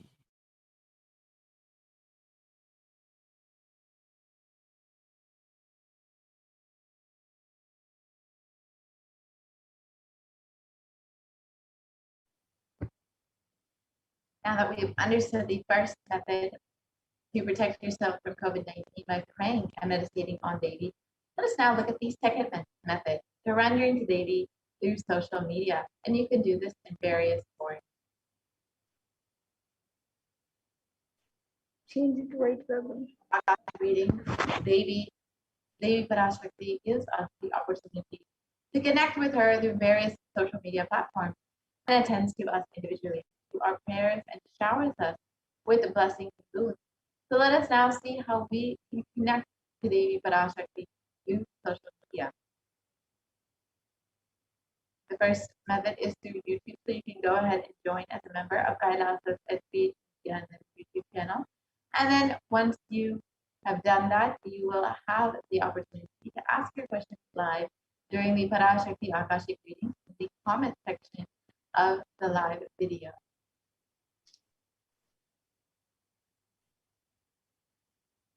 And on Twitter, you can like and follow. On Facebook, you can like and follow Kailasa's SPH Nithyananda Paramashivam Facebook page. And you can ask your questions in the comments section.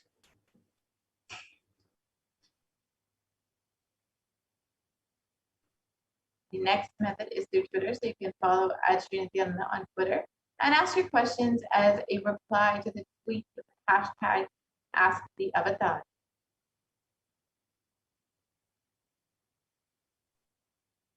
And you can follow Sri Nithyananda on Instagram and ask your questions in the comments. And the last way to connect with Devi Parashakti is through WhatsApp. So you can go ahead and search kailasa.org and you can ask your questions in the WhatsApp chat box that comes up. So all of these ways you can connect to Devi Parashakti very easily through social media and receive boons and blessings from Devi herself.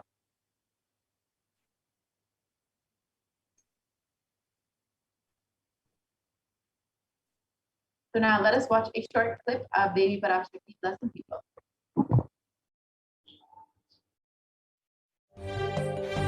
காளியின் ஆட்டத்தை ஆனந்தத்தை ஆனந்தத்தொடு ஆடிய ஆட்டத்தை கண்டோர் உயிருக்குளெல்லாம் இறங்கி குண்டலினி உயிர்ப்பிக்கச் செய்து மாய மனத்தின் இருளை அகற்றி மாயம் அழித்து மங்களம் தந்து குரு பக்தியும் சிவ பக்தியும் பரமசிவ பக்தியும் பரமசிவ சக்தியும் அளிக்கின்றேன். மனமாய் விடுத்து குரு பதத்தை பற்றுங்கள். நித்யானந்தமாய் நிஜாவதாரமாய் வந்துதித்த என்னை பற்றி வாழ்வில் எல்லா நலமும் பெற்றிடுங்கள். ஓம் ஓம் ஓம். யாதுமாகி நின்றாய் காளி, ஓம் காளி ஓம் சக்தி, ஓம் காளி ஓம் சக்தி, ஓம் சக்தி ஓம் சக்தி ஓம் சக்தி.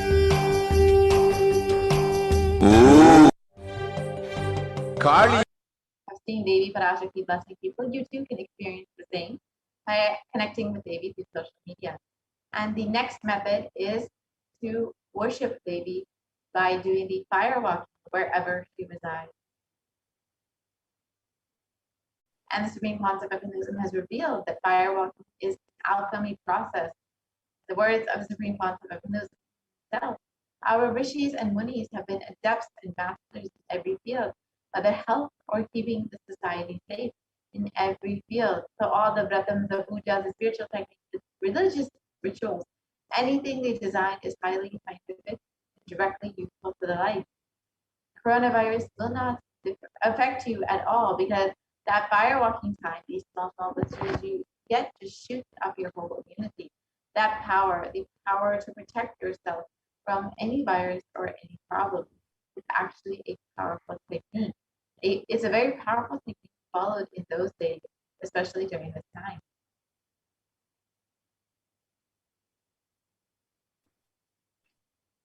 And especially that is done very traditionally and systematically. If you have if you had even small blisters, and even if you did not have any blisters, you are protected already from corona problem. You will not be affected at all. Corona will not work on you. It will not affect you, and don't worry. It is a traditional way of making you immune. Actually, it is a traditional vaccination process. It's 11 feet length. The burning live charcoal on which you are supposed to walk, with the traditional powerful music which activates your limb system, that mukulam, we call it in the back of the neck. This music will feel like it is hitting the back of your neck, and the whole detox system will be awakened. In that peak altered state of consciousness, you should walk on fire. Not just like that, you will walk. You will first awaken, trigger the detox system, and then walk on the fire, 11 feet fire pit.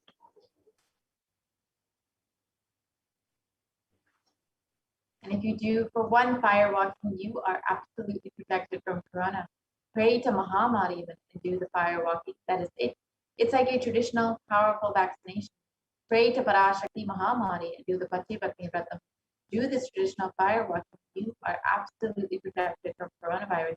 No need to panic. Traditional vaccination, traditional, natural, organic, no bad side effect vaccination is the Hindu fire walking.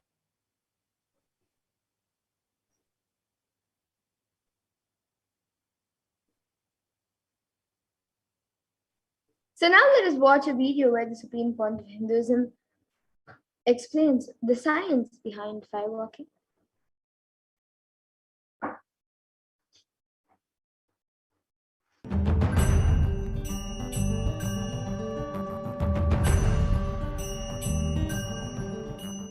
All these transmutation processes means balancing the system and awakening the whole consciousness to your whole body is what I call transmutation processes. Some parts of your body becomes inactive to the existence because of the job it is doing, like a feet. Because of the continuous walking, it becomes insensitive. Your cheeks, how they are sensitive, they don't become they lose sensitivity to the reality. But for the complete Kundalini awakening, your whole body needs to be alive and experiencing the reality and ability to experience the higher consciousness. That is the reason we have the process of fire walking.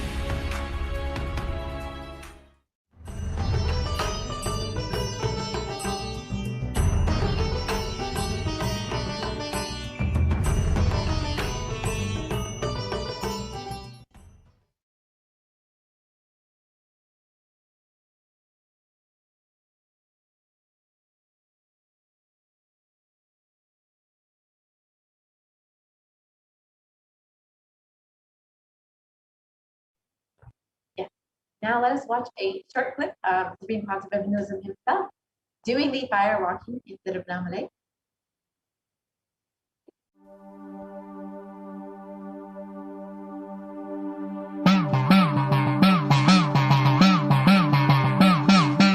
சத்தியம் காத்திடும் உத்தமத்தியே சத்குருவாய் வந்த நித்திய தாயே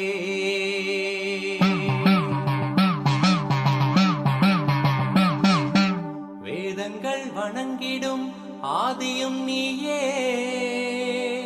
ஜோதிமலையிலே அவதரித்தாயே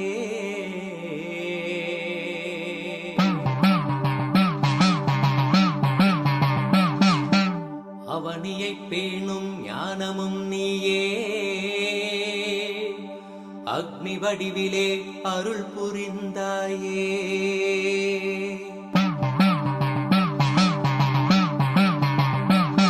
தீனிலே பிறந்தவளே நித்ய ஆனந்தத்தியே நித்யானந்தேஸ்வரி தீனிலே பிறந்தவளே நித்ய ஆனந்தத்தியே நித்யானந்தேஸ்வரி கருமங்களை கொன்றிட வந்தாய் Nityananda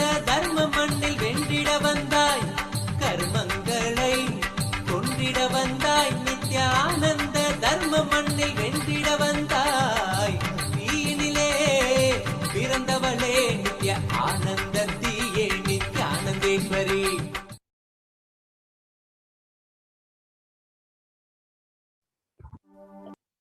Now that we have understood this, let us look at what science has also understood about firewalking.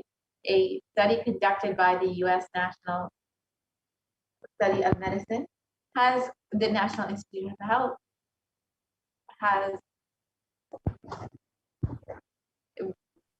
studied the effects of firewalking compared to those who have done firewalking, those who have not done firewalking. Yes, we can go back to the previous slide, please. Yes, so this study shows that those who participated in firewalking have increased levels of happiness and lower levels of fatigue compared to those who have not participated in firewalking. So even modern science has seen the benefits of firewalking in both physiological and psychological responses.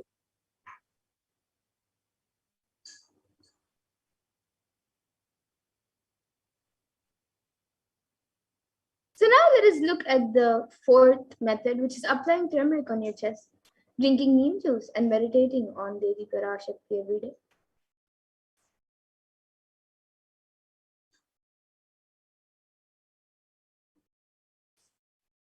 So now we'll be watching a video on the benefits of neem juice as revealed by the Supreme Pontiff Sundareshwara.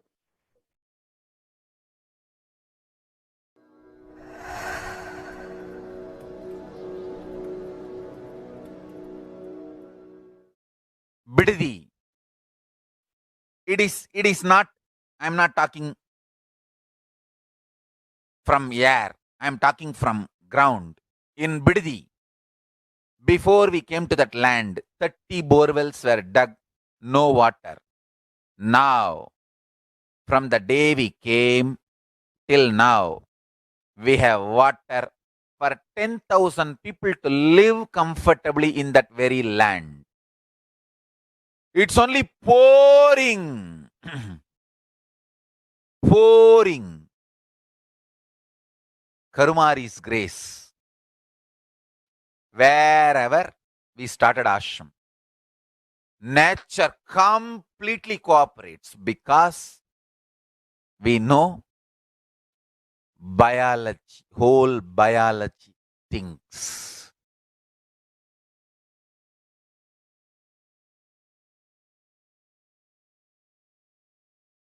If you are having bitter relationships in your life, just start drinking bitter neem juice every morning. The problem will be solved.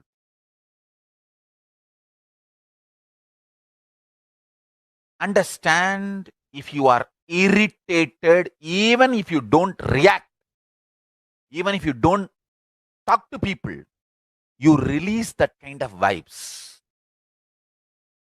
Take Haritaki. You will see you release sweet kind of vibes. Take neem juice. You release healing, compassionate vibes. A woman who applies neem powder and takes bath, who applies turmeric powder and takes bath, is equivalent to Karumari Mahamayi.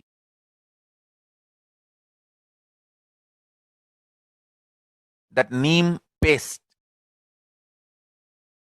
and turmeric powder, if a woman takes bath with that, she is equivalent to Mahamayi. She is embodiment of Karumari because she will be manifesting that same vibes of Karumari. I sincerely recommend people start doing all these activities like applying neem paste and taking bath, applying haritaki powder and taking bath, applying turmeric powder and taking bath, applying basma and taking bath, especially for men basma, for women neem paste and turmeric paste. All four can be used by all genders. That is different. you want specific, I'll recommend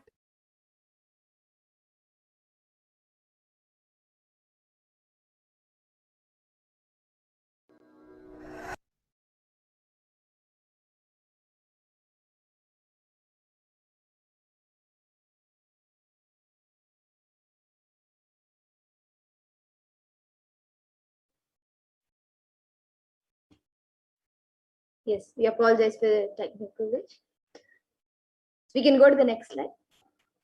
So basically in the video, Swamiji reveals how applying or taking bath with neem, haitaki, pasma and turmeric helps. Yes. And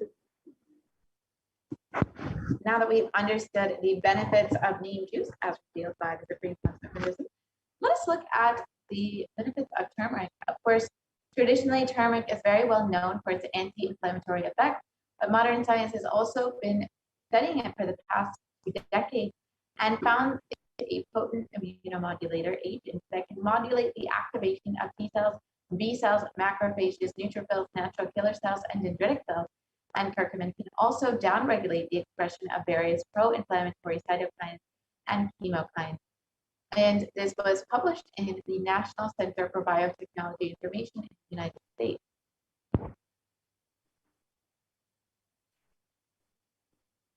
And this research that turmeric can modulate the activation of various immune cells as well as enhance the body's antibody response, which essentially strengthens the immune system. And with a strengthened immunity, you will be able to stay healthy and be able to maintain an active lifestyle.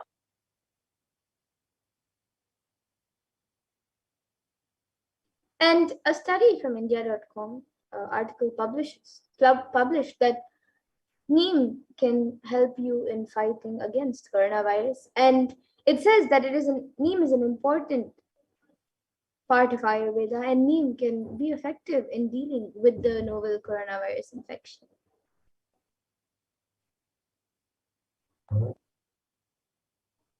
And turmeric and neem are also effective against coronavirus, according to a KPMU study. And now let us see the fifth step, which is with complete mind, applying banana peel and onions on your heels before going to sleep. Go ahead and put onion in the heel and put a sock around this. And it's a very simple way of just detoxifying your entire body. You can do the same with the banana peel. Just wrap it around your heel, and you can put a sock over this and go to sleep like this. And this will completely detoxify your body and, of course, protect you from COVID-19, as Devi Parasakti has revealed. And Medical Daily has also published an article on the detoxifying effects of onion, and it states that onions contain a high amount of sulfur compounds, which not only give onions their recognizable smell, but also they are powerful detoxifying agents. And with more than 100 sulfur-containing compounds, which are what cause the eyes to tear, onion can help prevent and treat ailments from diabetes to heart disease. And this is why it's very well known in Ayurveda for its medicinal purposes, and that is its primary use in Hinduism.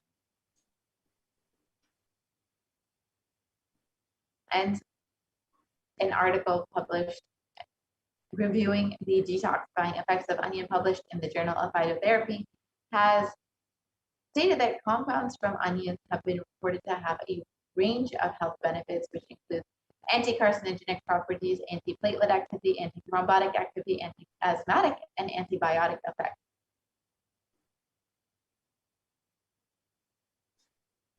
So now let us look at the sixth step, which is being in the space, in an unclutched state filled with eternal bliss. So let us now watch a video on how the Supreme Point of Hinduism reveals the science of unclutching.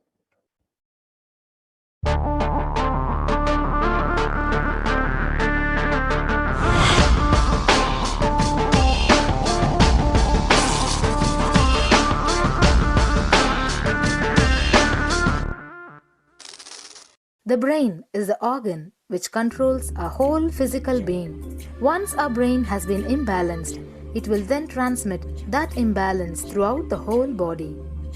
Thought forms are pure energy that have the ability to influence people and everyday events in life.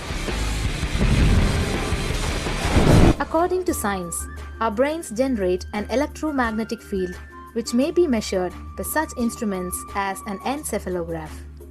This electromagnetic field is generated by the brain every time we think, and as our mind is never still, we may be compared to perpetual fear produces nervous disorders. Anger produces headaches and violence. Confused thoughts produce congestion and ill health.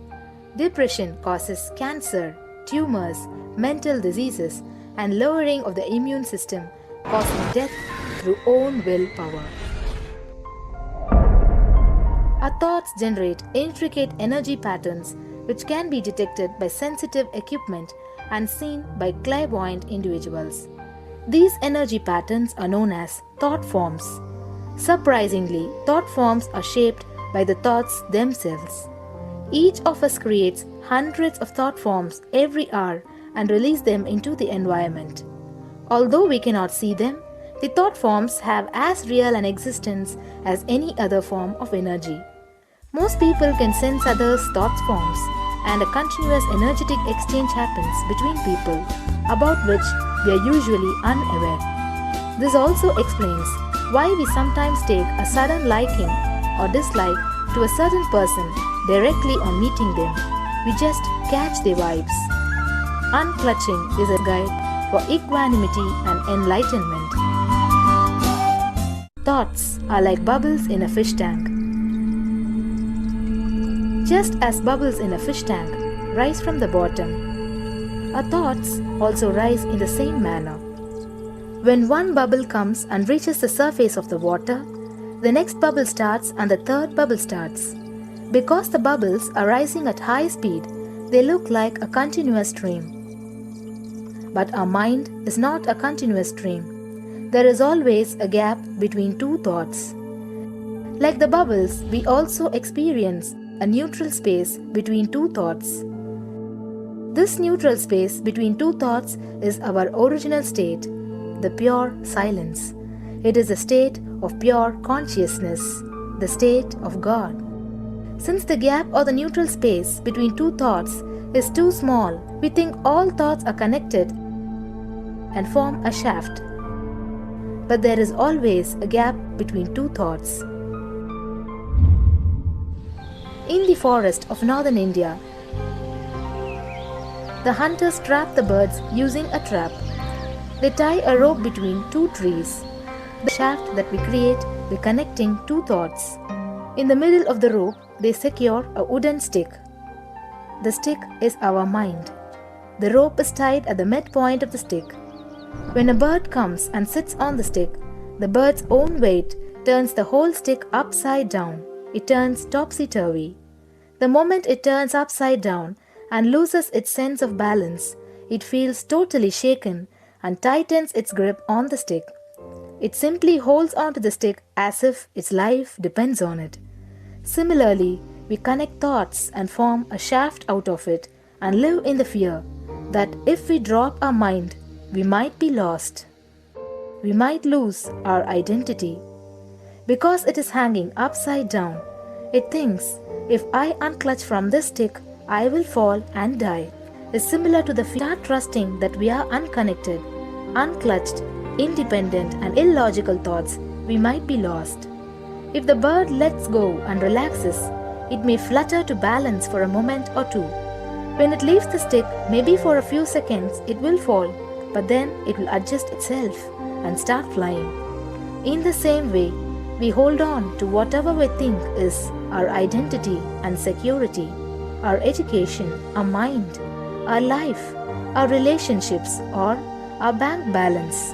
Ultimately comes to remove the stick that is our identity. Just like the bird, we don't realize that if we drop our mind, at that moment we can become a Paramahamsa. That very moment we can be liberated.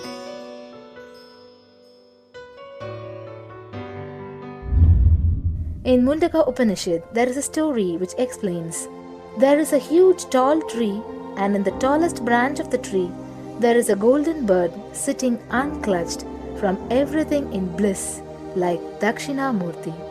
In the lower level branch, there is a small bird which jumps from here and there to various branches eating fruits. When it eats a bitter fruit, it feels bad. Whenever she eats the bitter fruit, she sees the bird which is looking above silently like Dakshinamurti and feels why I should not be like that bird.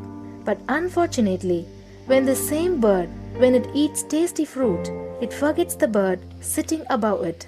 In the same way, she keeps battling between branches, eating bitter and tasty fruits again and again.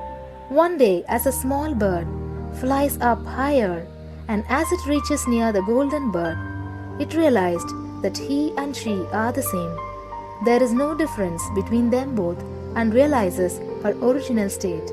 The small bird realizes that she also can be in the same state of the golden bird and become a Paramahamsa. This moment, trust yourself. Don't bother about losing your identity. Just trust yourself and let go of your identity. You will immediately become a Paramahamsa and be liberated. All you need to do is to trust that you're unclutched. Dropping the conclusions you can't be transformed is unclutching.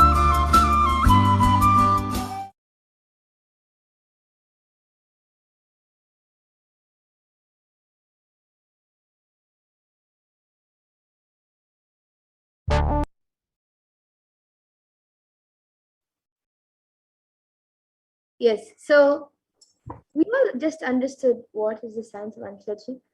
Yeah. And whenever you understood the science of unclutching, if you would like to experience this beautiful science as revealed by the Supreme Quantum Buddhism, you can take a few moments in your day to sit with your head, neck, and spine in a straight line. Close your eyes and chant the Mahavakya intensely. Om Nithyananda Paramashivoham. Do not engage with any thoughts or emotions. Purely let the space of unclutching manifest in you. Chant the Mahavakya Om Nithyananda Paramashivoham. So you can go ahead and also watch and listen to the Mahavakya on YouTube and just spend a few moments in your day at any point experiencing the space of unclutching. And when you do that, you can also log your minutes for peace at kailasa.tv/minutes. That's number 4 peace. That's minutes for peace. And we will be projecting that link to you in a few moments. So you can go ahead and experience this beautiful science of unclutching.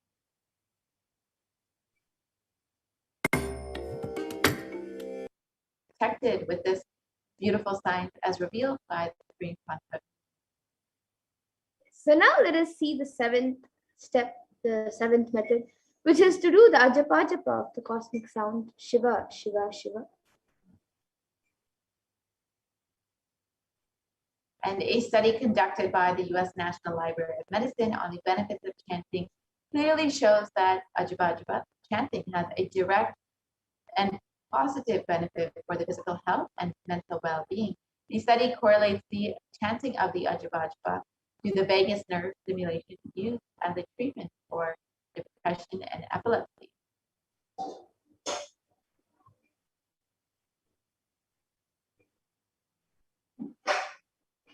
So here you can see the study results. And another study conducted by Dr. Masaru Emoto establishes that human intentions, words, or thoughts can change the molecular structural formation in water. And this interesting research clearly depicts how, when the water is being exposed to positive sounds, vibrations, the molecular formation in the water changes to a pleasant formation, whereas any negative vibration or words can disfigure or distort the water molecular formation.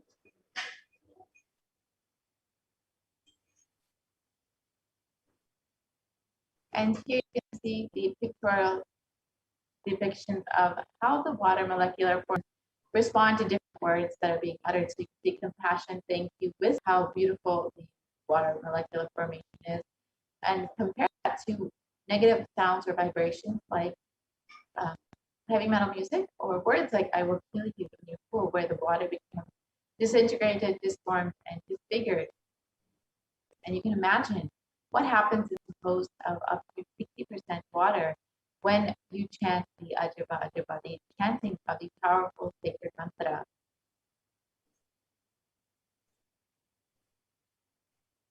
So you can also become a part of the unclutching initiative. So while you are either experiencing the science of unclutching or you are chanting the Ajaba Ajaba, you can fill out your minutes for peace at kailasa.tv/minutes, the number 4 peace, and go ahead and log your minutes and ensure that you are continuously experiencing these beautiful sciences, unclutching and Ajaba Ajaba. And the Supreme Concept of Hinduism has revealed that if 10,000 people can do this just for 3 months, we can give such a powerful, super conscious breakthrough to the whole of humanity. Because all of us are interconnected. We are not all islands. These are all fundamental truths. When you start unclutching, Kailasa starts experiencing the joy, the bliss of you unclutching. Nothing goes to waste in this cosmos. So not only will you be protected from COVID-19 by practicing unclutching and doing the Ajaba Ajaba, but you will, the whole cosmos will experience this unclutching, and it will bring a powerful super conscious breakthrough to humanity. The more and more people that practice it. The last method is revealed by Devi Parashakti is being in the state beyond any remembrance or forgetting.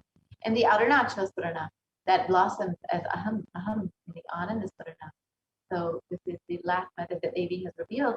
And beautiful way to just constantly being in that space of remembering divine, of remembering Devi, of remembering Swamiji.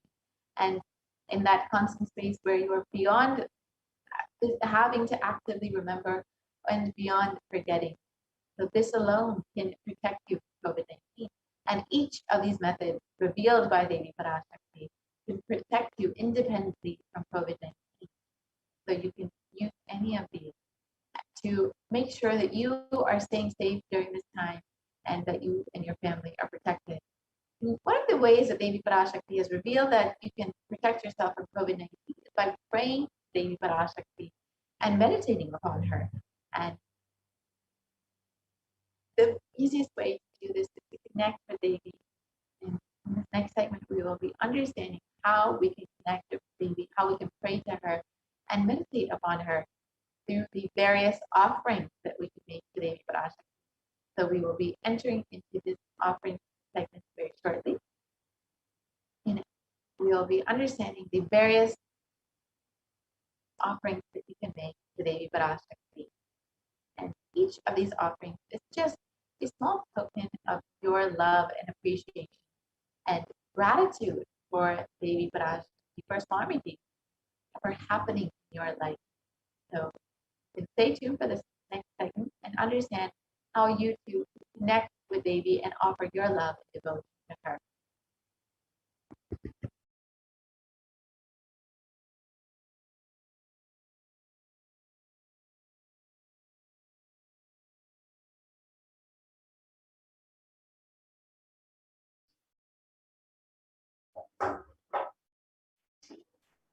Nithyananda.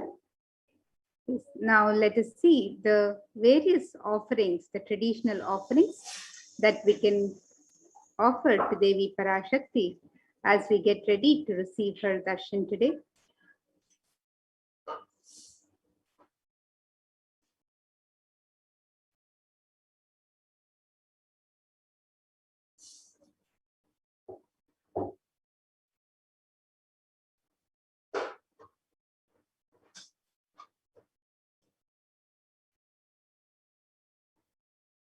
And the tradition of offering to the divine in the Vedic tradition is a gift of pure love, devotion, and oneness to the divine,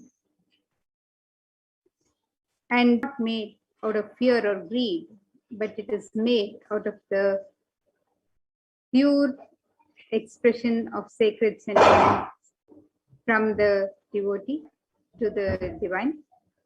And when an avatar lands, the offerings are purely a part of the grand Leela played out for the purpose of enlightenment.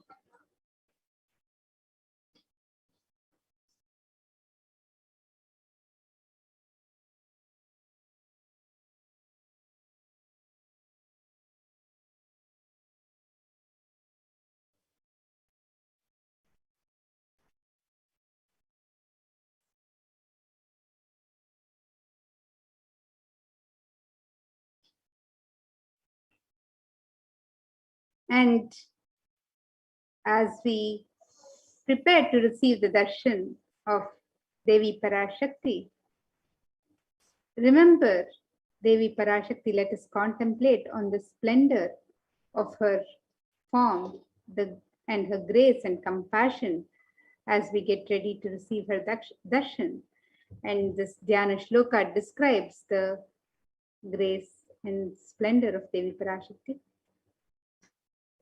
This verse from the Mula Agama Manonmani Dhyana describes Induni Bhaveda Karavanni Nayanam Syat Pankaja Varabhaya Japakshara Sarayuktam Angahima Bhushana Vichitra Vasanam Sutojvala Manonmani Swarupam.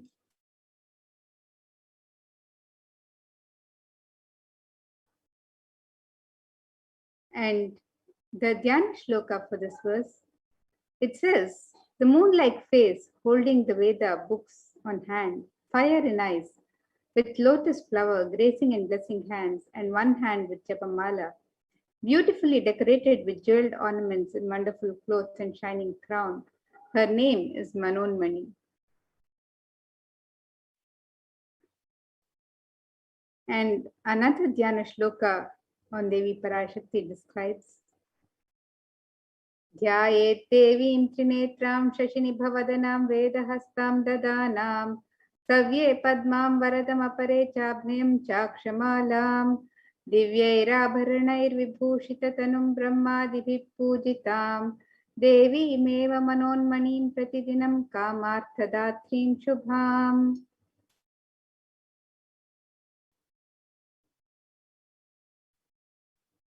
And the meaning of this verse, it says, I meditate on Devi with 3 eyes, glowing like a moon, and holding the Veda and lotus, and gracing with blessing and gracing hands. She is wearing beautiful ornaments. She is worshipped by Brahma and other many gods and showers auspicious boons for all actions every day.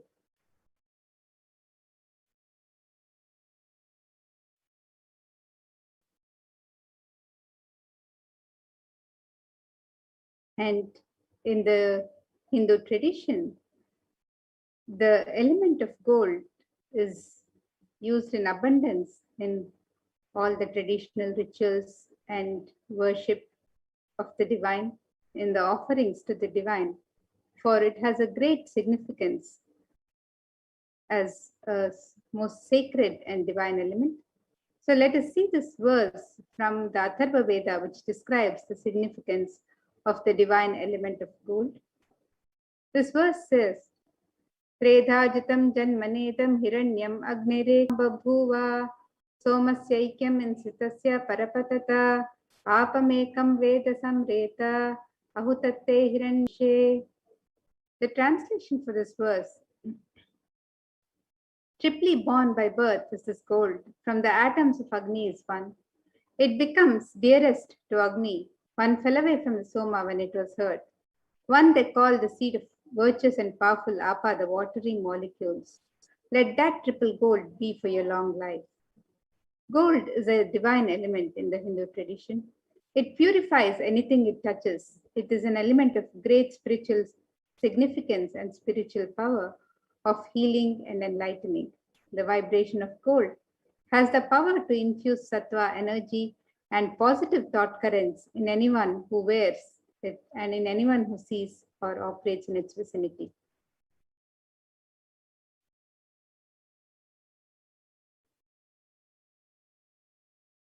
The gold is present in all the Hindu scriptures, the Agamas, the Vedas, the Shrutis, Smritis, Itihasas, Puranas.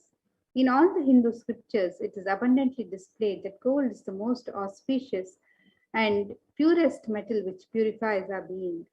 In the Hindu civilization, everything was built in gold, exchanged in gold. Ritual feasts were offered in gold bricks. When one was to be saved from life and illnesses, gold was offered as ritual fee. Gold was in abundance and used for weighing equivalent amounts of commodities, including cows. Kingdoms were built with huge doors of gold. The streets would have huge columns and huge archways made of gold. Horses and cows were dressed in gold.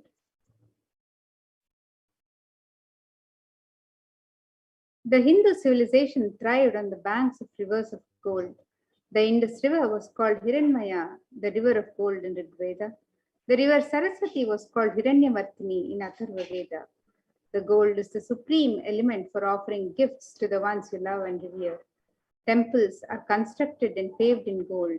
Deities are made in gold and decked and adorned in gold because it preserves the enlightenment energy for thousands of years and it lasts forever.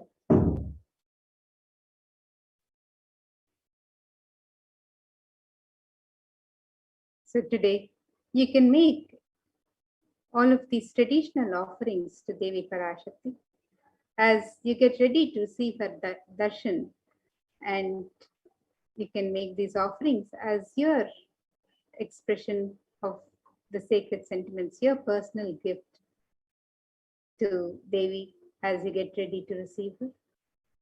And just as in every temple in the Vedic tradition, we have the hundi in every temple where devotees can offer any token of gratitude that they wish to offer.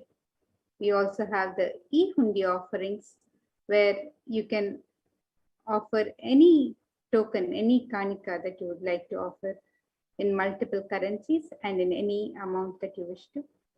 And Devi Parashakti is known as the one who is fond of true devotion. And this verse describes Devi's love for true devotion. It says, Bhakti Priya Bhakti Kamya Bhakti Vashya Bhayapaha Shambhavi Sharadharadhya Sharvani Sharmadaini. The translation for this verse says, Devi is fond of true devotion and is realized through true devotion. She can be won through true devotion. She removes all fear. If there is any fear in the minds of devotees, Devi is sure to remove that fear. It is stated that Devi likes to be worshipped in autumn. Here, it is meant the autumn of our lives when our thoughts turn more and more inwards. The role of the divine is known and understood clearly. The need for Devi worship then becomes stronger. Shambhavi is the consort of Shambhu, who is Lord Shiva. Sharada Radhya is the one who is worshipped by Devi Sharada herself, Devi Saraswati. Sharvani is the wife of Lord Shiva. The Linga Purana says Lord Shiva is called Lord Sharva in his earth form. Sharmadaini is the Devi who bestows happiness on devotees. And you can make this offering of the e-hundi offerings and express your gratitude and devotion to Devi Parashakti with your kanika in the e-hundi. And be blessed to receive the grace and compassion of Devi Parashakti in your lives.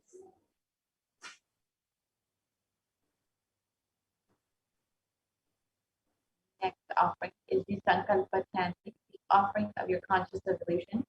So before you start any endeavor or before anything you want to manifest in your life, you always want to make sure you set a conscious resolution, an intention for exactly what it is you want to manifest.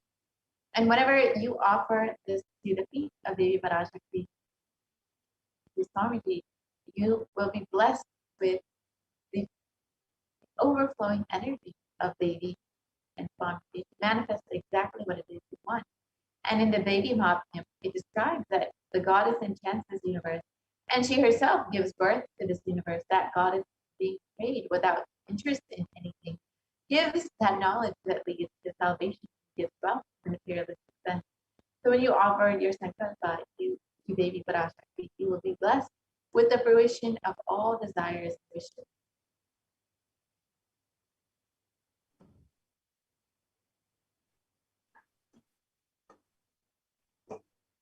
The next offering to Devi Parashakti is the offering of the Sahasranama Swarnakasi.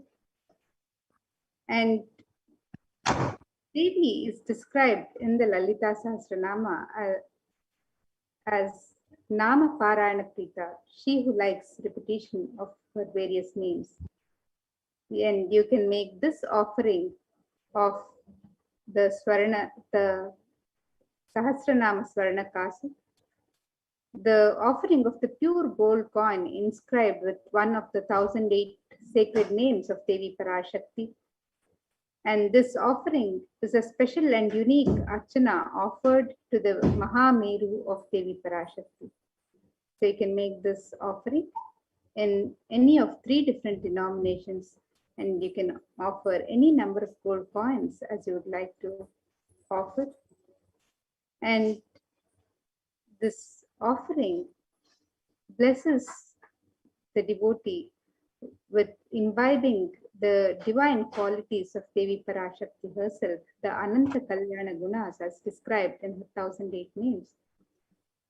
The devotee is blessed to imbibe these very divine qualities of Devi Parashakti herself. So you can make this offering of the Sahasranama Swarnakasi on the website www.kailasamailer.com/sevas.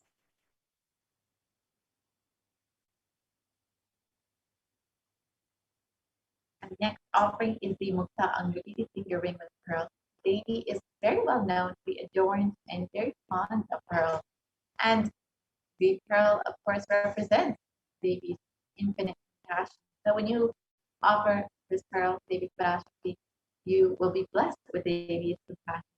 And in this verse, it describes, I bow to the goddess Meenakshi, whose crown has garlands of pearls, and face shining like a full moon, who wears anklets that are studded with gemstones and has small bells, who is shining like the splendor of the lotus, who grants all the wishes, the daughter of the mountain, who is worshipped by goddesses Vani and Brahma. I remain ever bowing to that goddess Meenakshi, the ocean of compassion. When you offer this finger ring with a pearl, you will be blessed with Devi's infinite compassion and grace in all of your business endeavors.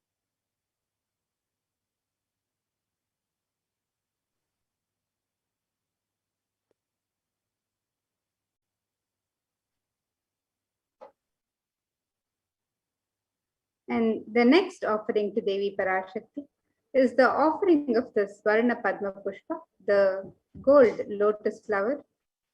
And in the Kamika Agama, this verse describes the significance of the gold lotus flower.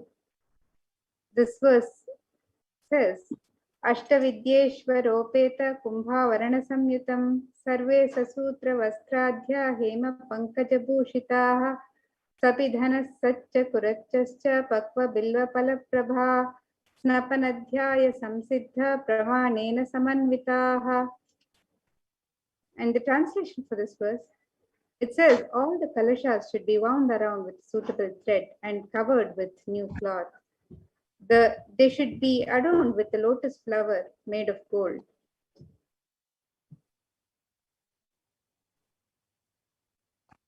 And there are hundreds of scriptural references for using the lotus in the worship of Paramashiva in the Hindu tradition. Almost everything in the worship of the ultimate involving the consecration of deities of worship or meditating on the mudras and asanas used during worship involves the lotus flower, the lotus leaf, the lotus pericarp, the lotus petals. The lotus is a divine flower in the Hindu tradition. The Shakti of Paramashiva is also called a lotus. The base of the Paramashiva Linga is the lotus. The disciple of Paramashiva is also considered a lotus, the one who's about to bloom. So you can offer the gold lotus in any of 3 different sizes that you wish to offer, and be blessed to have the state, space, powers, and being of Devi Parashakti in your inner space amidst any and every adverse situations in life.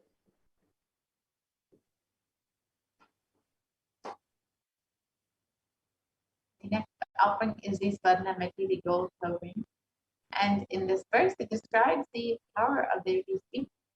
It describes you whose brightness is the toenail, destroys the darkness of ignorance from the minds of your devotees, prostrate at your feet. You whose brightness from your two of the lotus flower.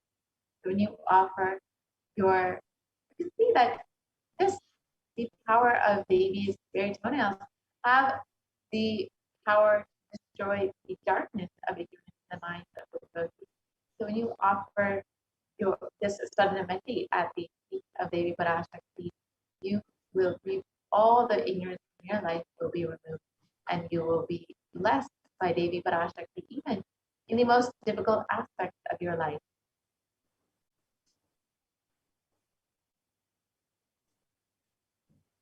The next offering to Devi Parashakti is the Swarna Mangtika, the gold hairline jewelry.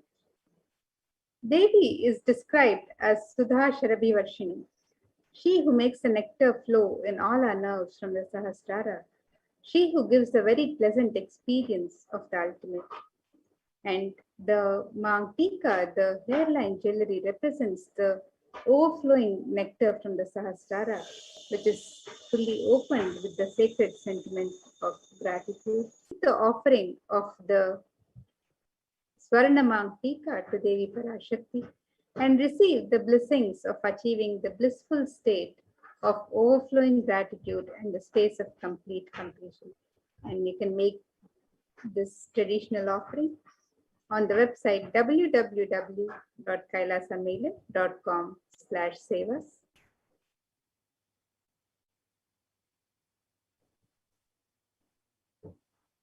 The next offering is the Pratiksha Pada Puja, the offering of gratitude to the sacred feet of Swamiji, who is manifesting Devi Parashakti for each and every one of us. And in the Saundarya Lahari, it describes that the nails of Devi have been sharpened by constantly being touched by the crowns of the celestial beings who always prostrate before Devi, and Tamogana is darkness. In this stotram, the tamas is indicative of it, the ignorance in the minds of the devotees. And by constantly prostrating before Devi, their ignorance is removed and they attain the ultimate knowledge. So when you offer the Pratikshapada Puja to the sacred feet of Swamiji, you will be blessed with the most sweetest path to enlightenment to attain the ultimate knowledge in their life.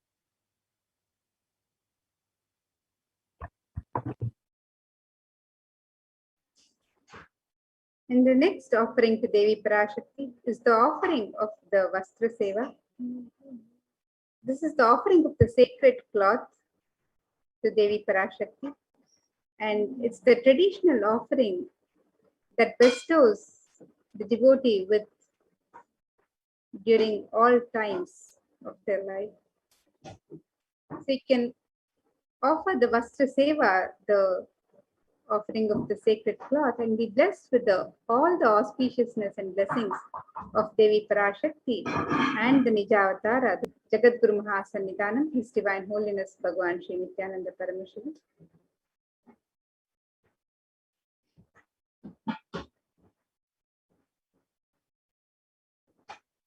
And here's a summary of the various offerings that you can make. Devi, we get ready to receive her blessings.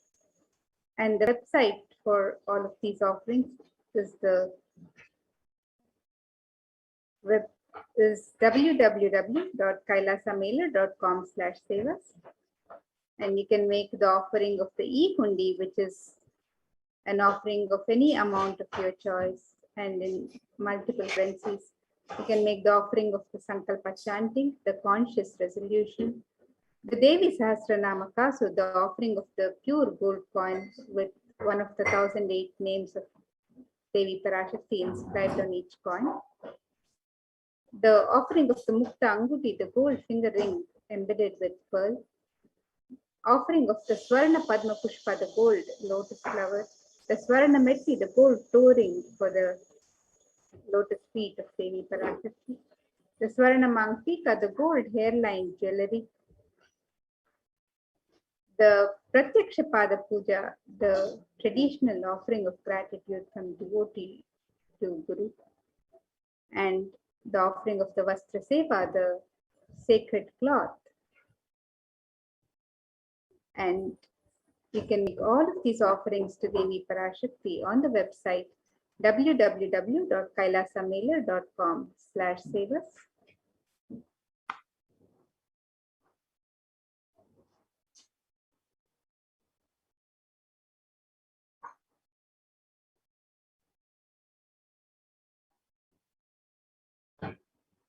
So here you see the website www.kailasamailer.com/sevas. You can scroll down and make your offerings to Devi Parashakti as you get ready to receive her darshan today.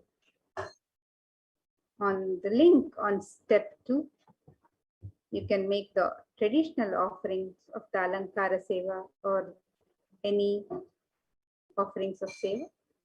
And you can click on the link for e-hundi to make your e-hundi offerings.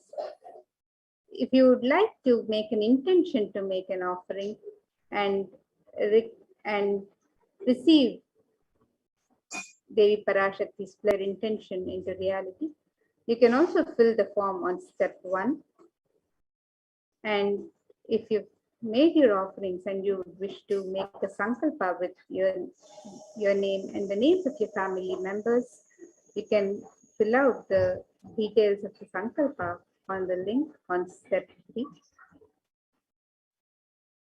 You can make the e-hundi offerings in multiple currencies: US dollar, Australian dollar, New Zealand dollar, Canadian dollar, euros, Indian rupees, Singaporean dollars, Malaysian ringgits, the Great Britain pound, and the Chinese yuan.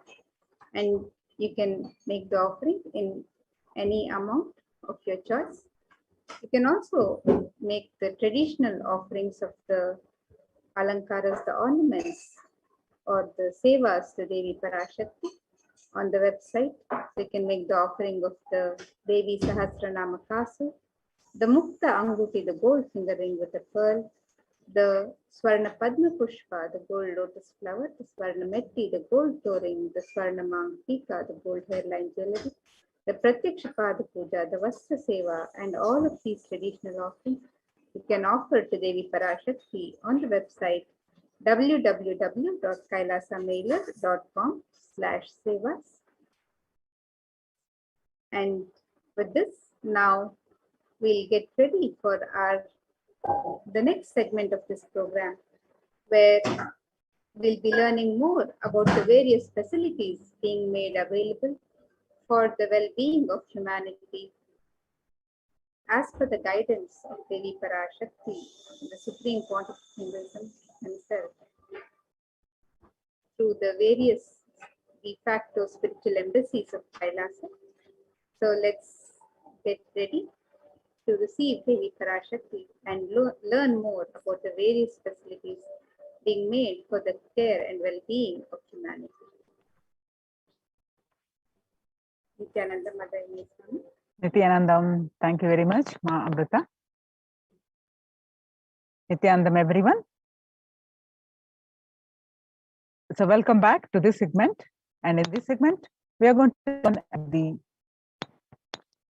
Kailasa's COVID care protection centers at the de facto spiritual embassies of Kailasa. With the blessings of the Supreme Pontiff of Hinduism, Jagadguru Mahasannidhanam, His Divine Holiness Bhagwan Nithyananda Paramashivan's blessings, let's start with the Sadguru Vandanam. Nithyanandam Paramasugadam Kevalam Jnanamurtim Dvandvatitam Gagana Sadusham Tattvamasyadilaksham Ekam Nityam Vimalamachalam Sarvadi Sakshibhutam Bhavatitam Trigunarahitam Sadgurum Tam Namami.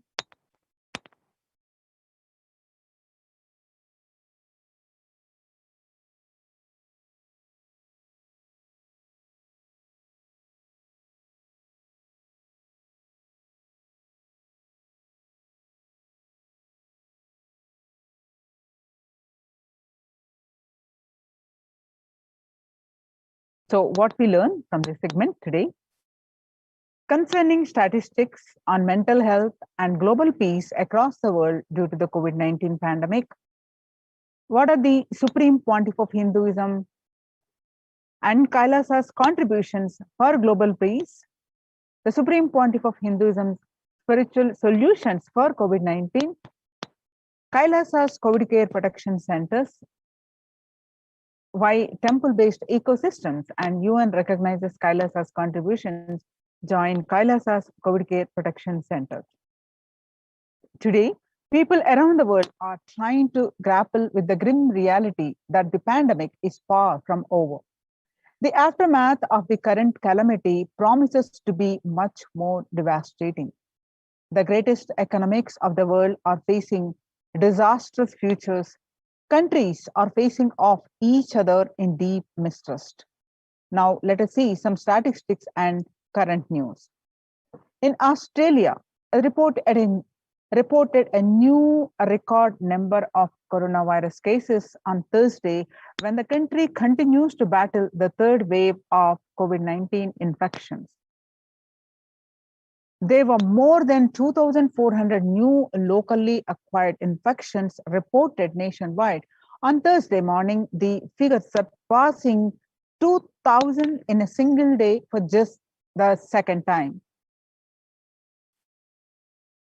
The World Health Organization makes a big statement about the Delta variant of COVID-19. The World Health Organization on Tuesday said that the Delta variant of coronavirus has elbowed out all the three other COVID-19 variants of concern that now represent a tiny fraction of the samples which are being sequenced. Less than 1% of alpha, beta, and gamma are currently circulating. It's really predominantly Delta around the world, said the organization's technical lead on COVID-19, Maria Varkar-Kove. The Delta variant, which was first detected in India last year, has become the more fit and it is more transmittable and is out competing. It is replacing the other variant has been detected in more than 185 nations till date. COVID-19 has now killed more Americans than the influenza pandemic of 1918 to 1919. During the 1918-1919, the flu infected about 25% of Americans and killed an estimated 0.65 with 675,000 deaths. COVID-19 has infected more than 12% of Americans and killed about 0.2% with 676,000 deaths.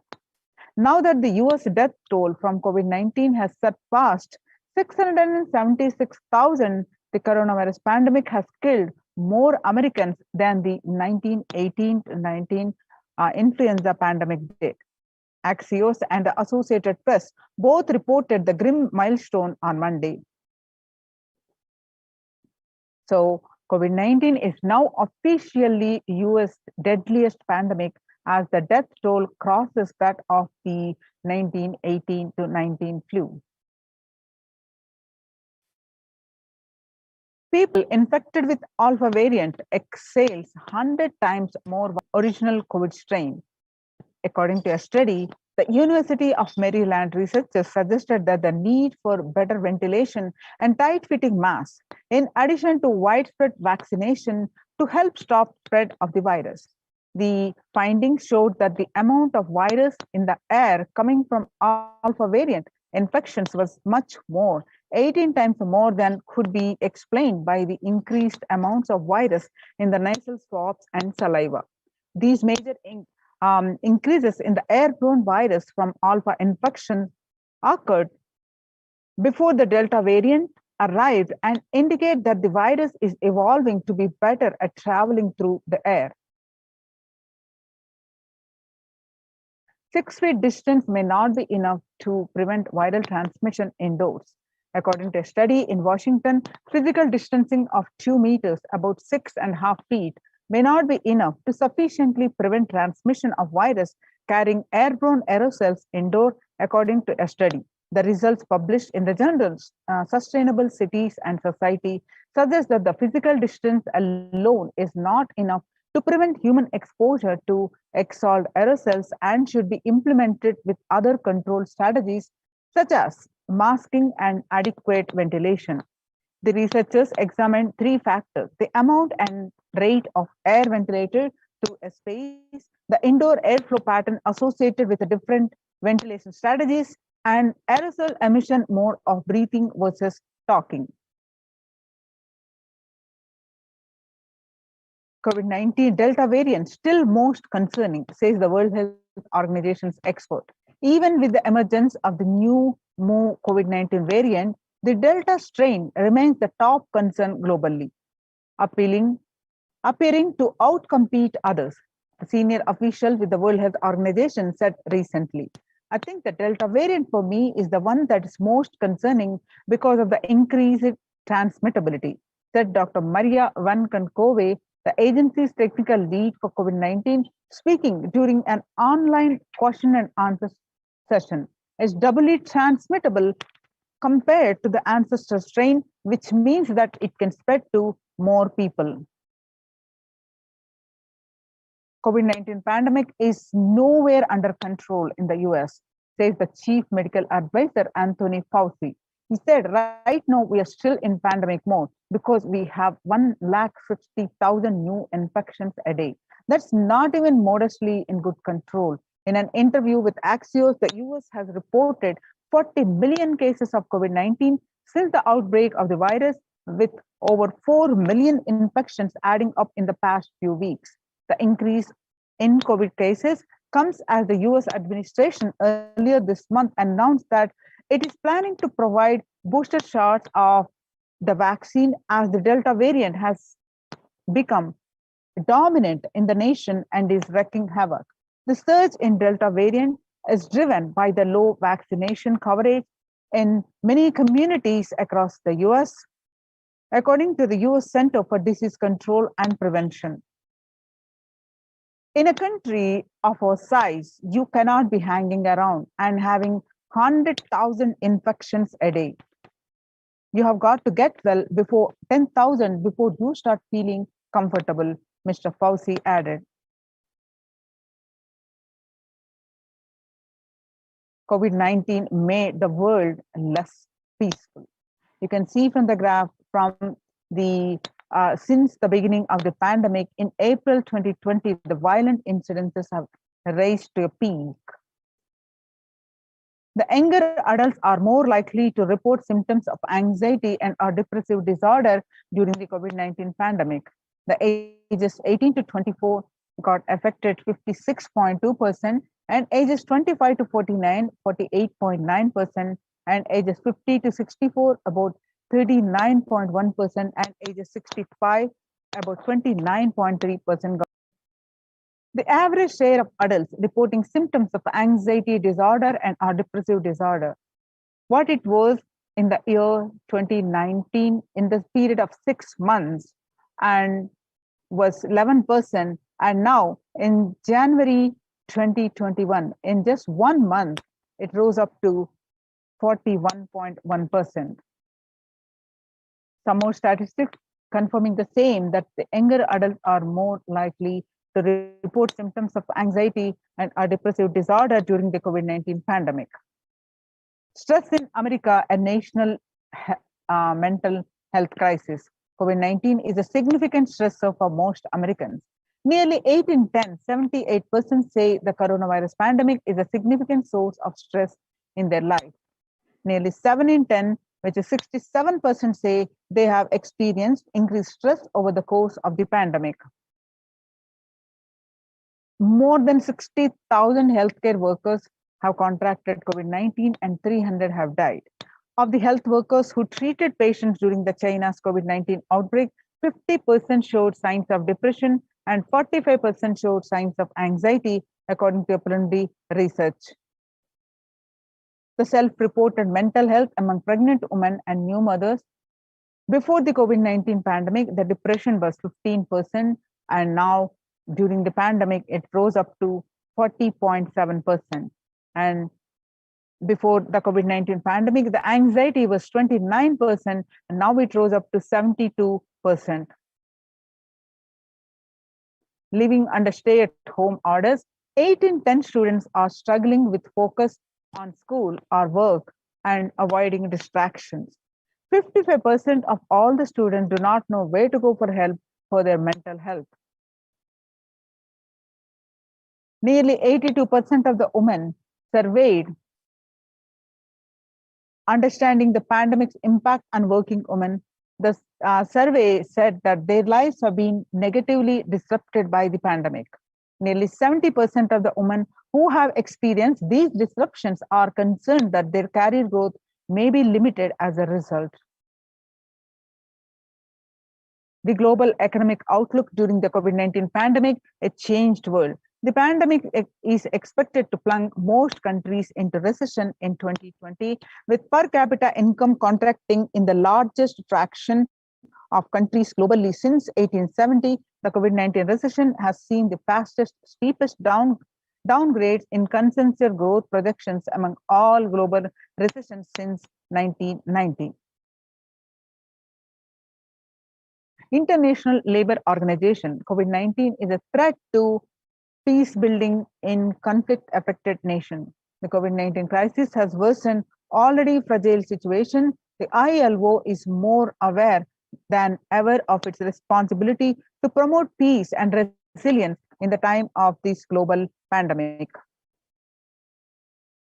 In Mumbai, the mayor says that the third wave is already upon Mumbai, pointing to a sudden spike in cases, and the third wave of COVID-19 is not coming, it's already here, said the Kishori Padnekar, adding that an announcement regarding the matter had already been made in Nagpur.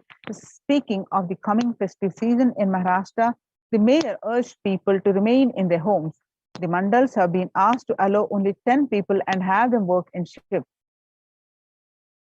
A little over 25% of healthcare workers were infected with coronavirus despite getting fully vaccinated. A recent study has revealed, giving an insight on the breakthrough infections due to the Delta variant. The study, jointly conducted by the Institute of Genomics and Integrative Biology, the maximum hospitals in Delhi NCR found that the vaccination breakthroughs were far more common during the Delta outbreak in Delhi than previously reported. The new coronavirus strain known as Mo, which is first identified in Colombia in January, has been designated by the World Health Organization. Now, how do we cope up with the current COVID-19 pandemic?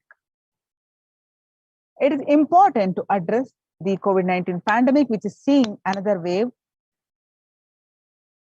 destroying many more lives. The Supreme Pontiff of Hinduism says, the pandemic fatigue setting in as a result of continuous lockdown is resulting in delusional ignorance. Holding on to the delusion and supporting this pace of delusional decisions leads to delusional arrogance. The continuous lockdown leads to delusional thoughts like, so what, if I die, it's okay. I cannot live forever in this lockdown. Going out, exposing oneself and putting the risk on yourself and others with the irresponsibility and insensitivity is the delusional arrogance. The global COVID pandemic has left the whole world desperately looking for answers. Life as it had been experienced even back in February 2020 is no longer recognizable. Drastic change is the order of the day, with people having to redefine the world with new paradigms of economy, society, faith, religion, and health. Blessed are those who have had the greatest fortune to be with the incarnation of Paramashiva, the Supreme Pontiff of Hinduism, in their lives to carry them through this crisis. Join the Kailasa's COVID Care Protection Center. Register now through the link below, https://kailasa.org/Kailasa care.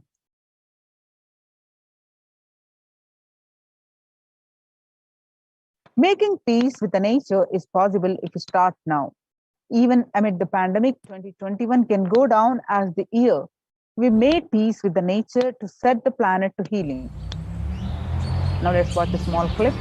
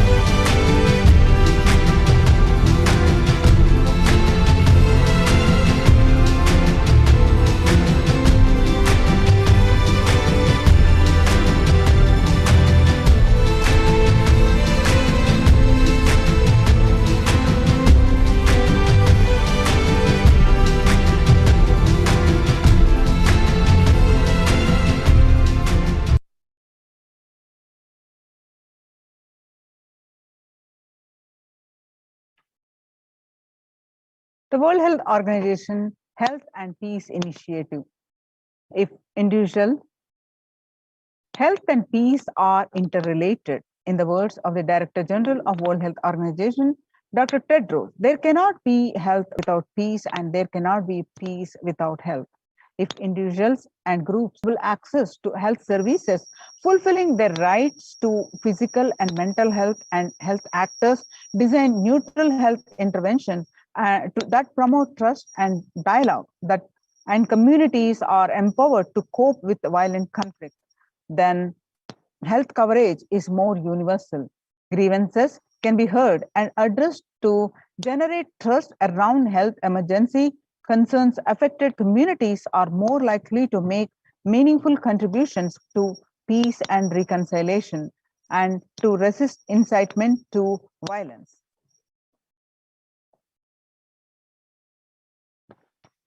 Amid COVID, we need enhanced international coordination to build peace.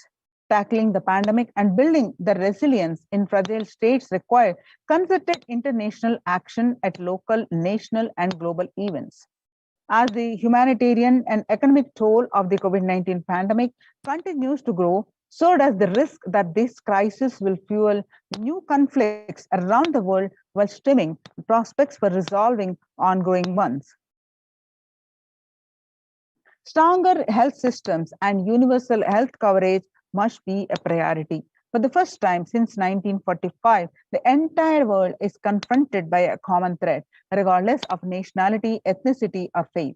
A new social contract between people, governments, and private sector, civil society, and more can tackle the roots of inequality with fair taxation on income and wealth, universal benefits, and opportunities for all. Contributions of the Supreme Pontiff of Hinduism and the Kailasa's contribution for the global health and to combat the COVID pandemic. The Vedic tradition beautifully says that Yasya sarvani bhutani atmani ivana pashyati sarva bhuteshu chatmanam tadona vigagupsate. Isha Upanishad verse 6, that the global peace is the byproduct of individual bliss. Whenever an individual goes through a spiritual bliss, he manifests a beautiful peace and everyone around him. If he is powerful enough, he moves the whole city and manifests peace. He is more powerful, he moves the whole village and whole country, if he is powerful enough, like incarnations. Whatever level he may be, global peace is the byproduct of individual bliss. So now let's understand from the Supreme Pontiff of Hinduism that how to achieve individual bliss by practicing the completion and working intensely with our completion, we can achieve the individual bliss, and that leads to the global peace. Let's listen from the Supreme Pontiff of Hinduism.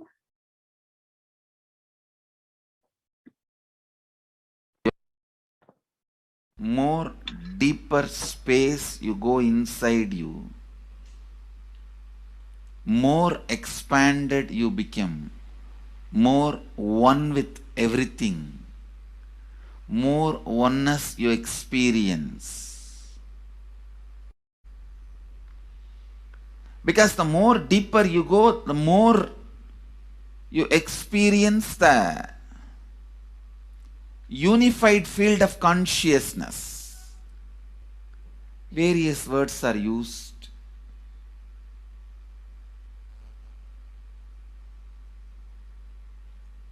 Some of the Hindu traditions uses the word Atma, Brahman. Some of the Hindu traditions use the word Nirvana. Whatever word you may use, Atman, Brahman, Nirvana, unified field of consciousness, whatever.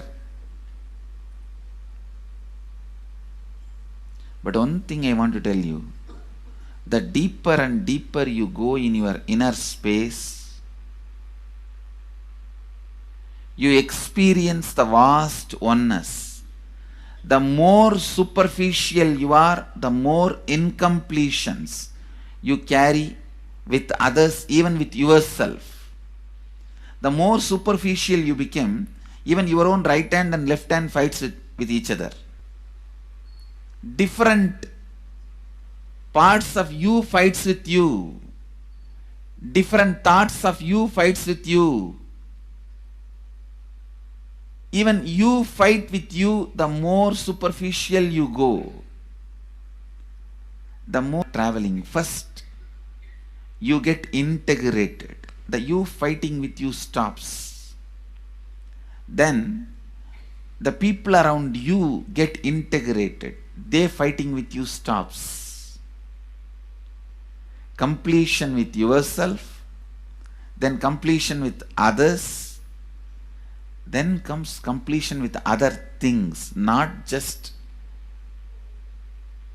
living beings, even with inanimate beings.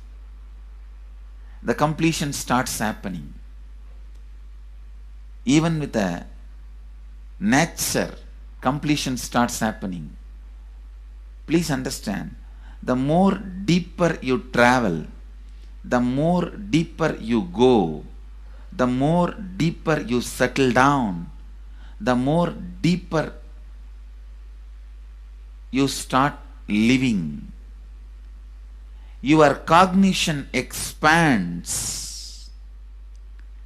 Your cognition includes. Your cognition becomes more and more inclusive. More joy, more bliss, more knowledge, more enlightenment. Please understand.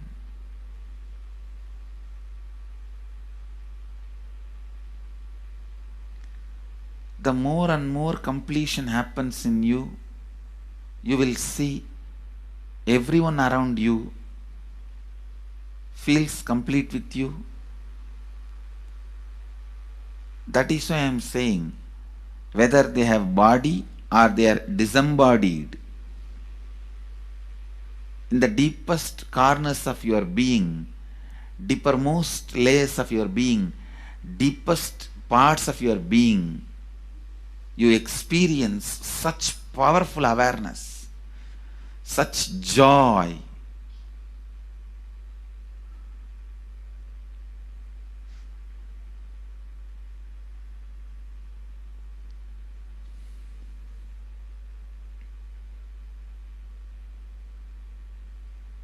Going into the deepermost corners of your being, not only joy, it's a power. Because suddenly you will see everybody around you, everything around you listens to you. It really becomes a vibrant power where the tendency to exploit is not there. Listen, that's a very important thing. Power without the tendency to exploit. Because as long as you feel the other person is separate from you, when you get the power, it will always be used for exploiting. Because the other person is separate from you, then naturally what you will feel? Let me suck all the possible energy, intelligence, time, talent, treasure. But when you feel the other person is your own extension, you will see, you will be showering so much, enriching so much. The power you have will not be exploiting, it will be enriching. I tell you, even if death comes at this moment, I can tell you very clearly, I can face the death directly and tell the death, I have enriched every human being more than what I received from anybody. I have given to every human being whom I met in my life more than what I received from them. My accounts is clear. I am ready. Come on, let's go. My accounts is clear. I don't have debt. No credit card money wants to be paid. No debit card, no credit card. My accounts is clear. Understand, when you feel everyone is your extension, the power given to you, the power you gain, see, any living is power. Powerful way. Even in that, you will become powerful.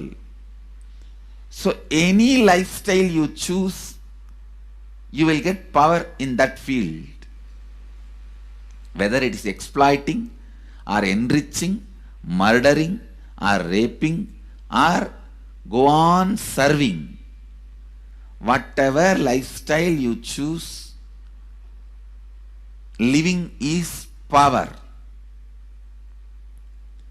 When you go into the deepermost core of your being and start living based on completion, I tell you,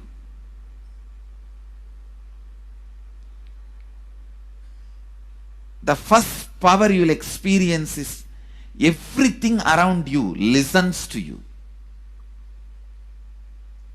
That power will simply make you enrich everyone. The best power you can have through living is power of enriching. Whatever you do, as I said, whether you live the life of enriching or exploiting, you will become powerful. I tell you, the power of exploiting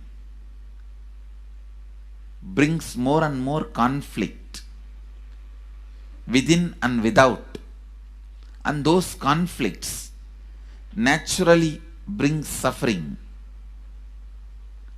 And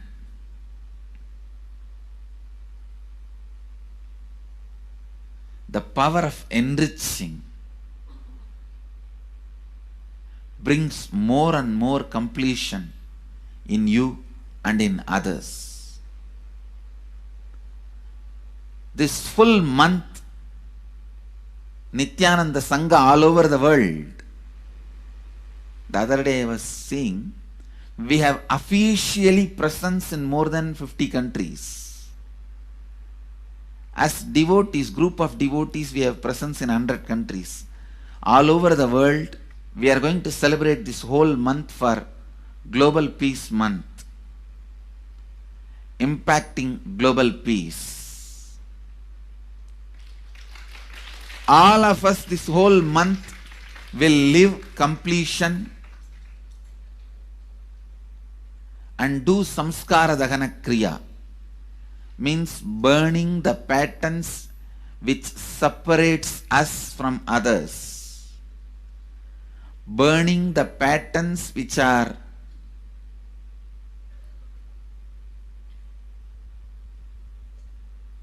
constantly keeping us in a superficial level. All over the world, we will be doing samskara dahana kriya, burning our patterns and leading us to more and more completion. And we also have special 3 Nitya Dhyana Yoga program teaching people signs of completion and facilitating samskara dahana kriya.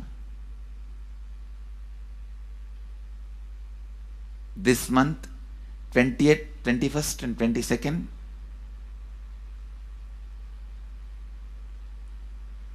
this whole month, all over the world, all our temples, ashrams, centers, yoga centers, schools, colleges, universities should do samskara dahana kriya, should do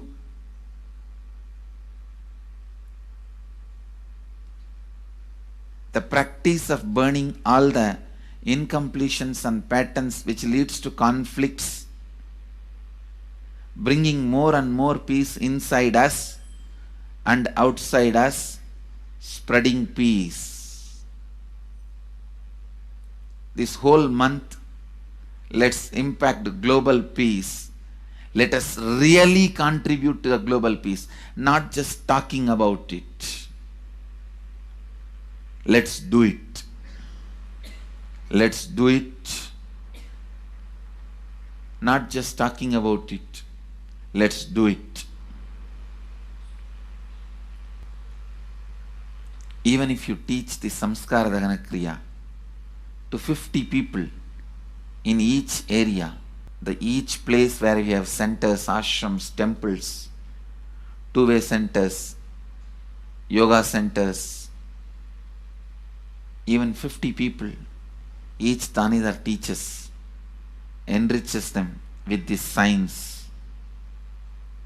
The amount of suffering and negative waves, negative vibes reduction can contribute so much to the world. Please understand. One positive person can burn millions people negativity. Experientially, with evidence we proved, one positive person has already burnt at least 20 million people's negativity in last 10 years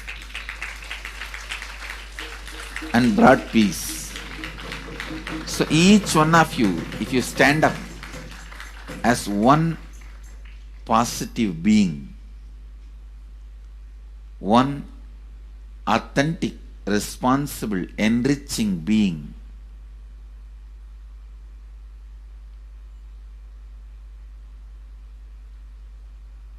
I tell you,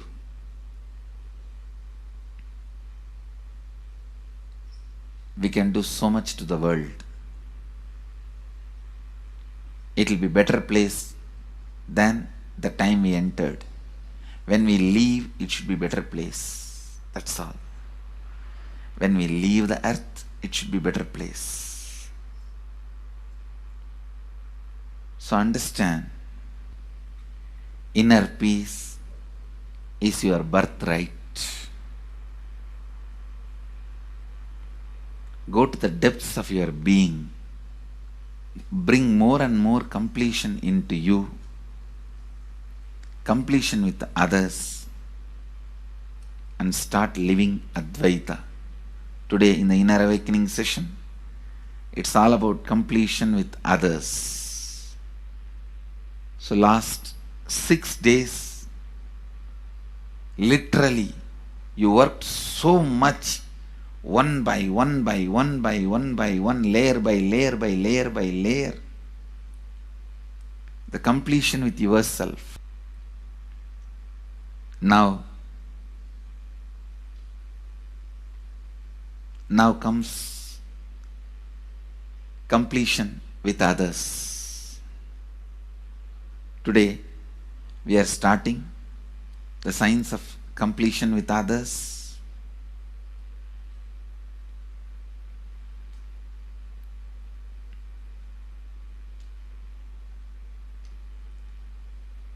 It's one of the most powerful science.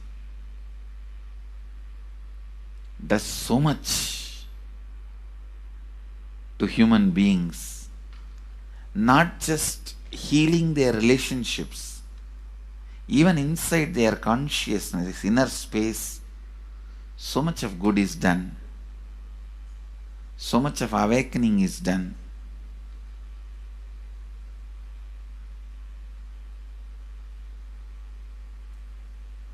See, when you have completed with others, the kind of strength you feel is the power of Advaita, strength of Advaita. Today the inner awakening sessions are all about completion with others. We have long session today working on completing with others. So with this, because today we have a long session with inner awakening, we are also lagging behind the syllabus. Actually, it is a good news, it's not a bad news, because participants are so sincere. They are going through the whole process so intensely, sincerely. Because of that, we are little delayed, but today I am going to catch up. Today I am going to spend more time and catch up with them, with the syllabus. So,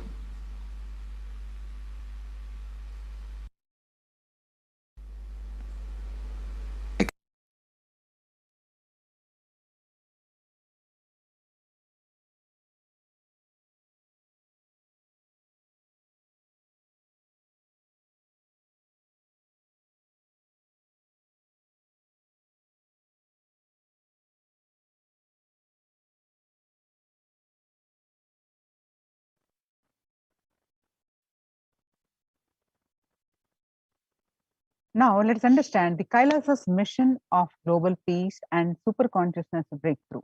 The sovereign order of Kailasa, led by the Supreme Pontiff of Hinduism and Nithyananda order of monks, nuns, and Hindu diaspora, are working for global peace and to give a superconsciousness breakthrough to humanity. It is the Supreme Pontiff of Hinduism's mission to revive a conscious world where the global issues at the climate, economic, social, health, and humanitarian levels cease to exist from their very root, turning the problems of poverty, hunger, violence, discrimination into powerful living through the experience of oneness. The Supreme Pontiff of Hinduism, from the very grassroots level, to usher in an era of peace at all levels, individual, societal, national. His deep insights into the workings of the human mind, body, emotions have enabled him to powerfully and directly address various social and emotional problems facing humanity today.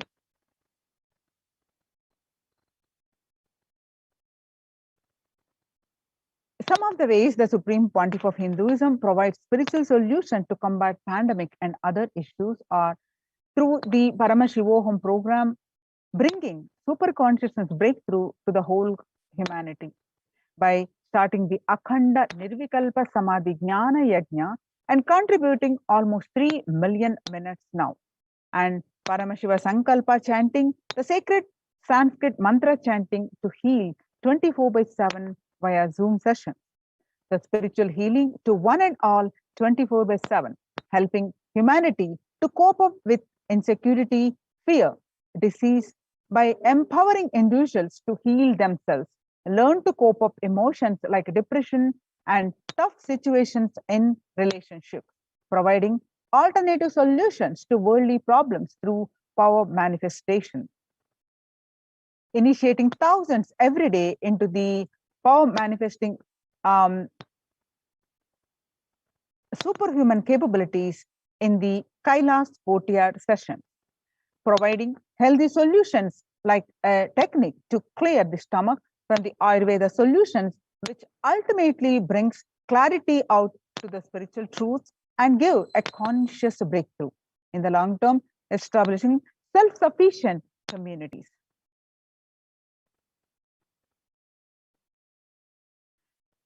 Continuing and intensifying the service of Annadan, the free food in Nithyananda Annalayas around the world, including Tiruvannamalai, Los Angeles, and various other adhinams. Peacekeepers of Kailasa offering various life solutions from the teachings of the Supreme Pontiff of Hinduism. Hinduism prescribes various methods for global healing. One such is Maheshwara Puja, nullifying collective negativity simply through the presence of the avatar and his order of monks. Offering Maheshwara Puja to the natural hit calamities is one of the greatest service that Supreme Pontiff of Hinduism is offering. Bhava Samadhi Darshan to raise the individual consciousness, to raise the conscious breakthrough. Devi Parashakti, Akashic reading, the cosmic revelations. The Supreme Pontiff of Hinduism spiritual solutions for COVID-19. Society was created with the delusional ideas of too many human beings, blind spots, and the decisions made from those blind spots. It is if the visionary of a civilization or country or nation has blind spot, when he develops the vision for it, the whole civilization suffers those blind spots. Now it's time that nature, Prakriti resets itself, and many of these blind spot-based visions, ideas become important components of the society. Let us celebrate God. This isolation, which is seemingly endless, with an unknown future, which is compelling humanity to make 100% lifestyle change, is something to be deeply dwelled upon. All problems need to be addressed only with spiritual solution and powerful cognitions. For people having mental breakdown, pandemic fatigue, collapsing, depression, destruction, and also give them super consciousness breakthrough and revive the enlightened civilization, the Supreme Pontiff of Hinduism continuously gives spiritual solutions and powerful cognitions. Some of the powerful cognitions, spiritual solutions, the Supreme Pontiff of Hinduism gives are unclutching, practicing completion, practicing oneness, practicing Ajapa Japa of Mahavakya, Om Nithyananda Paramashivoham, continuous consciously building deep feeling connection, yoga, puja, vegetarian and nirahara samyama, and many more.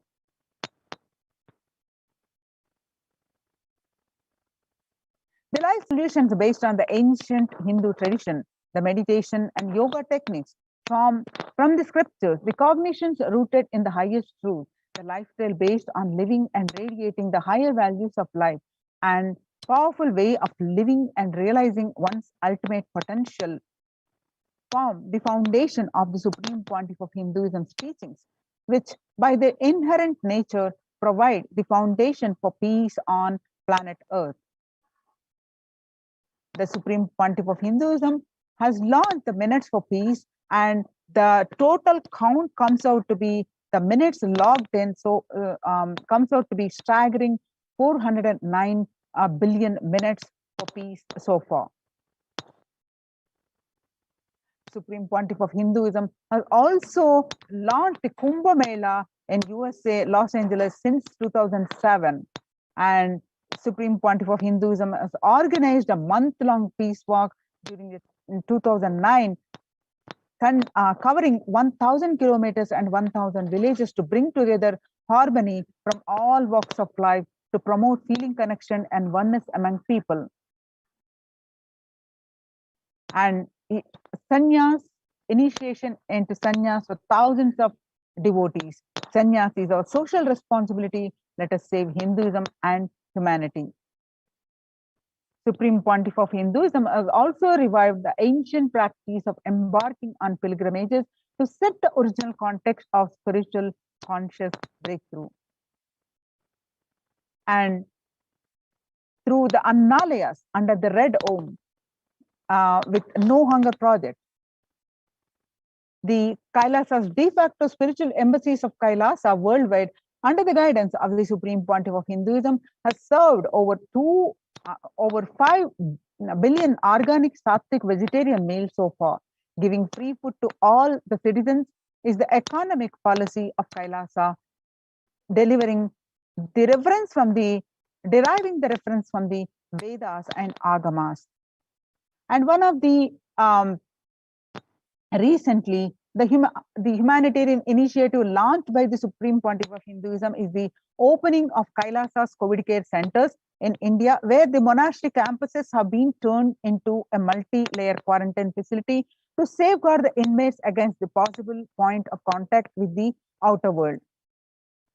The Supreme Pontiff of Hinduism has opened this service free to all people, regardless of any differences in age, gender, caste, creed, ethnicity, color, or socio-economic status. Food, shelter, internet, and all basic facilities, including medical care, are provided at these COVID care centers, free of cost and for an indefinite time. The outcome has been splendid. Zero infection rate so far among the participants, a feat not achieved anywhere else in the world, let alone in India. This response model of handling the COVID-19 pandemic at a community level, along with the guidelines and recommendations for governments, has been recognized and accepted by the United Nations as well. You can see some of the glimpses. Participants of the COVID care program offered by the Supreme Pontiff of Hinduism enjoying a blissful spiritual lifestyle in multi-layered protection. They enjoy the stress-free time following a spiritual morning routine, doing yoga, doing puja, temple sevas, voluntary service, and celebrating the festivals. So join the Kailasa's COVID care protection centers. Register now through the link below, https://kailasa.org/kailasa care. With this, we're going to move on to the next part of our segment, Maheshwara Puja. The quotes on Maheshwara Puja, as we are on the auspicious Malalaya Amavasya, we are going to offer the Maheshwara Puja to the Supreme Pontiff of Hinduism, and we'll be joining that. So after a very short break.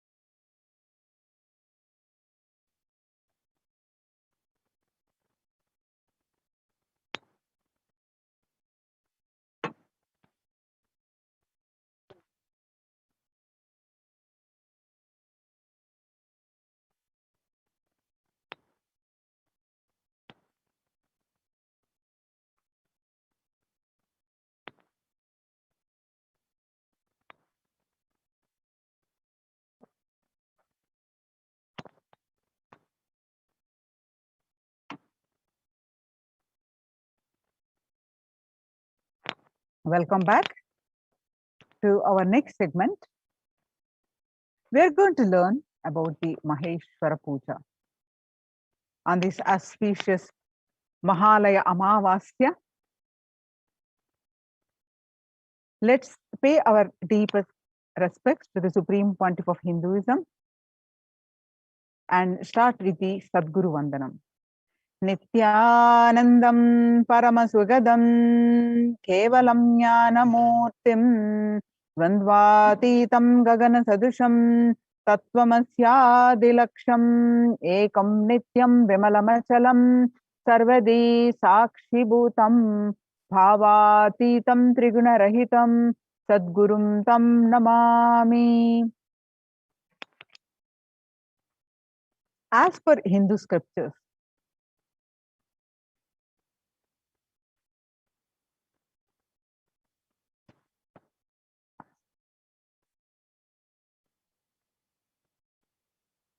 yes. So today, what powerful cognitions and conclusions we will learn during this segment. What happens to the soul after death? How do we choose our next body? What happens to the soul in case of natural death versus accident versus suicide? If someone commits suicide, does it affect the next generation? How does Maheshwara Puja help in the journey of a departed soul?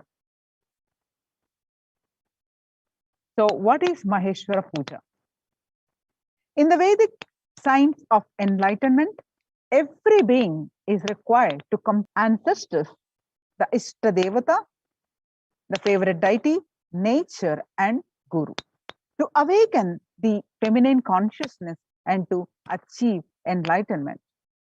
In Hinduism, every year in every Hindu family, Shraddha is offered in the Mahalaya Pitru Paksha as a tradition to complete with ancestors.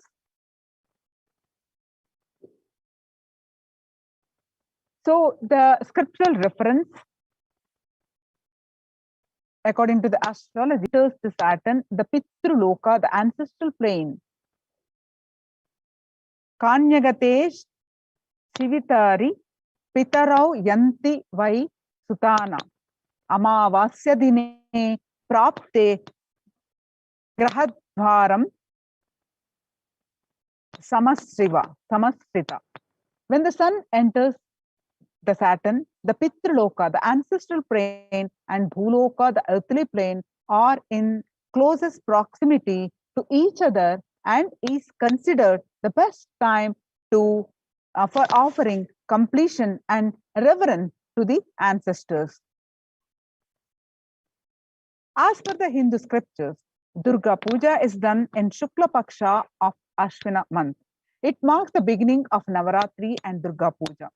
Goddess Durga was invoked in Mahalaya to vanquish Mahishasur, inner demons of incompletions. It is said that the Mahalaya Amavasya morning, first ancestors are offered completion in the evening. Devi Durga comes to earth and stays here to bless the people. Offering Maheshwara Puja is one of the oldest recorded ritual in the Vedic tradition. This is the offering of food to the Supreme Pontiff of Hinduism, Jagadguru Mahasannidhanam, His Divine Holiness Bhagwan Nithyananda Paramashivam, along with his monastic disciples. Offering food to the Supreme Pontiff of Hinduism is equal to feeding millions of hungry people. This is offered to liberate the departed soul and let them rest in peace, gifting enlightenment to their souls. Offering food to the avatar is equal to offering it to millions of people. Offering food on Maheshwara Puja day will result in multifold benefits. Offering Maheshwara Puja to remove Pitru Dosha and receive multifold benefits for loved ones or ancestors.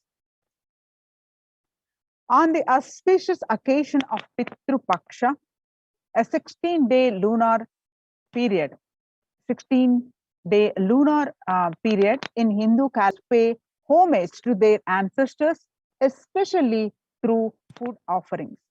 This period is also known as Pitru Paksha or Mahalaya Paksha. Pitru Paksha starts on this Paurnami on 20th September it started, and now it is concluding today as Mahalaya Amavasya, 6th of October today. In Hinduism, every year in every Hindu family, Shraddha is offered. Shraddha is annual remembrance of the ancestors, worshipping them with Shraddha. With so much Shraddha, the offering is done in the Mahalaya Pitru Paksha as a tradition to complete with the ancestors. This auspicious Mahalaya Paksha, Mahalaya Amavasya day, offering Maheshwara Puja is offering on this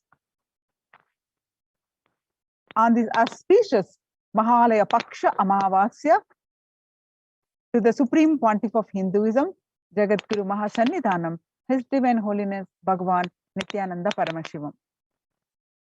It has been described in Hindu scripts that the person should worship his ancestors as a powerful technique for completion in one's life. Shraddha and Tarpanam rituals are performed to please the ancestors and bring their blessings.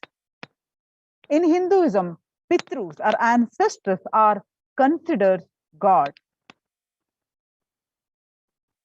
It has been described in Hindu scriptures that the person should worship his ancestors as a powerful technique for completion in one's life.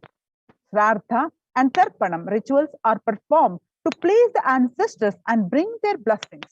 In Hinduism, Pitrus are considered gods.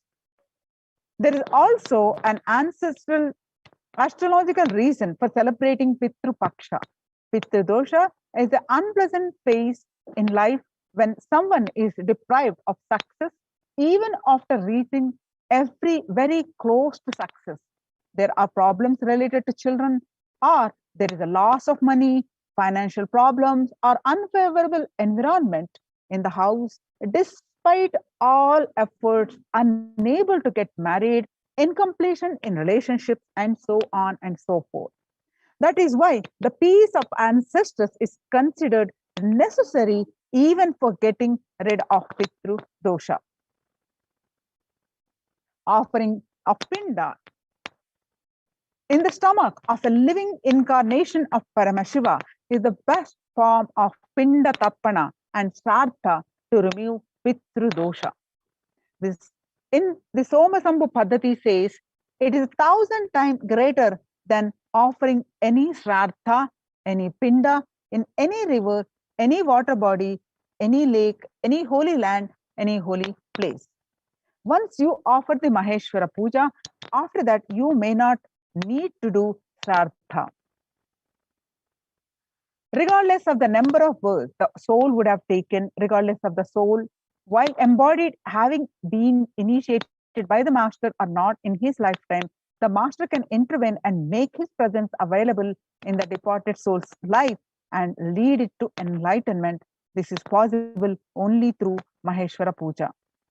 The Supreme Pontiff of Hinduism, Jagadguru Mahasannidhanam, His Divine Holiness Bhagavan Nithyananda Paramashivam says, the best place on the planet Earth to do Pinda Tarpana is the stomach of a sannyasi. That is, the hunger fire, Jataragni of a sannyasi is the best fire into which you can offer the Pinda Tarpana, the Shraddha, which reaches the departed ancestors, Pitrus directly. In Maheshwara Puja, you offer to the avatar along with his monastic disciples. The Somasambhu Paddhati says it is 1,000 times more greater than offering any Shraddha, any Pinda in any river, any water body, any lake. The Pinda Tarpana and Shraddha, wherein food is offered to sannyasis for the completion with the departed souls is called Maheshwara Puja. In the Somasambhu Paddhati, Srartha Vidhi, Sloka 3 says, Lingino Brahmana Dasya Sraddhaya Shiva Dikshitaha. The translation goes, the sannyasis and brahmanas who have been initiated into the Shiva Diksha are eligible to be appointed as the representatives of Pitrus in the Sraddha. Now let's watch a glimpse of a short clip on the Maheshwara Puja.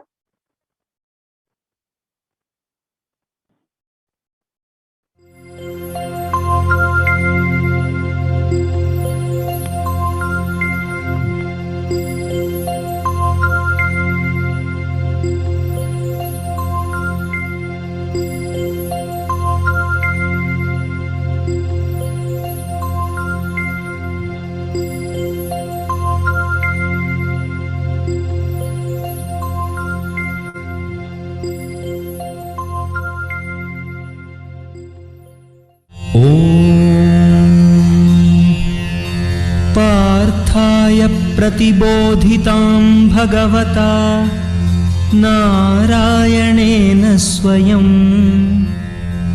व्यासेन ग्रथितां पुराणमुनिना मध्ये महाभारतम् अद्वैतामृतवर्षिणीं भगवतीम् अष्टादशाध्यायिनी अम्ब त्वामनुसन्दधामि भगवद्गीते भवद्वेषिणी। अथ पुरुषोत्तमयोगो नाम पञ्चदशोऽध्यायः। श्रीभगवानुवाच ऊर्ध्वमूलमधः शाखम् अश्वत्थं प्राहुरव्ययं छन्दांसि यस्य पर्णानि यस्तं वेद स वेदवित्। अधश्चोर्ध्वं प्रसृतास्तस्य शाखा गुणप्रवृद्धा विषयप्रवालाः। अधश्च मूलान्यनुसन्ततानि कर्मानुबन्धीनि मनुष्यलोके न रूपमस्येह तथोपलभ्यते नान्तो न चादिर्न च सम्प्रतिष्ठा। अश्वत्थमेनं सुविरूढमूलम् असङ्गशस्त्रेण दृढेन छित्त्वा ततः पदं तत्परिमार्गितव्यम् यस्मिन् गता न निवर्तन्ति भुवः। तमेव चाद्यं पुरुषं प्रपद्ये यतः प्रवृत्तिः प्रसृता पुराणी। निर्मानमोहाजितसङ्गदोषा अध्यात्मनित्या विनिवृत्तकामाः। द्वन्द्वैर्विमुक्ताः सुखदुःखसञ्ज्ञैः गच्छन्त्यमूढाः पदमव्ययं तत्। न तद्भासयते सूर्यो न शशाङ्को न पावकः न निवर्तन्ते तद्धाम परमं मम। ममैवांशो जीवलोके जीवभूतः सनातनः। मनः षट्ठानीन्द्रियाणि प्रकृतिस्थानि कर्षति। शरीरं यदवाप्नोति यच्चाप्युत्क्रामतीश्वरः गृहीत्वैतानि संयाति वायुर्गन्धानि वाशयात्। क्षोत्रं चक्षुस्पर्शनं च रसनं घ्राणमेव च अधिष्ठाय मनश्चायं विषयानुपसेवते। उत्क्रामन्तं स्थितं वापि भुञ्जानं वा गुणान्वितं विमूढानानुपश्यन्ति पश्यन्ति ज्ञानचक्षुषः। यतन्तो योगिनश्चैनं पश्यन्त्यात्मन्यवस्थितं यतन्तोऽप्यकृतात्मानो नैनं पश्यन्त्यचेतसः। यदादित्यगतं तेजो जगद्भासयतेऽखिलं यच्चन्द्रमसि यच्चाग्नौ तत्तेजो विद्धि मामकम् गामाविश्य च भूतानि धारयाम्यहमोजसा पुष्णामि चौषधीः सर्वाः सोमो भूत्वा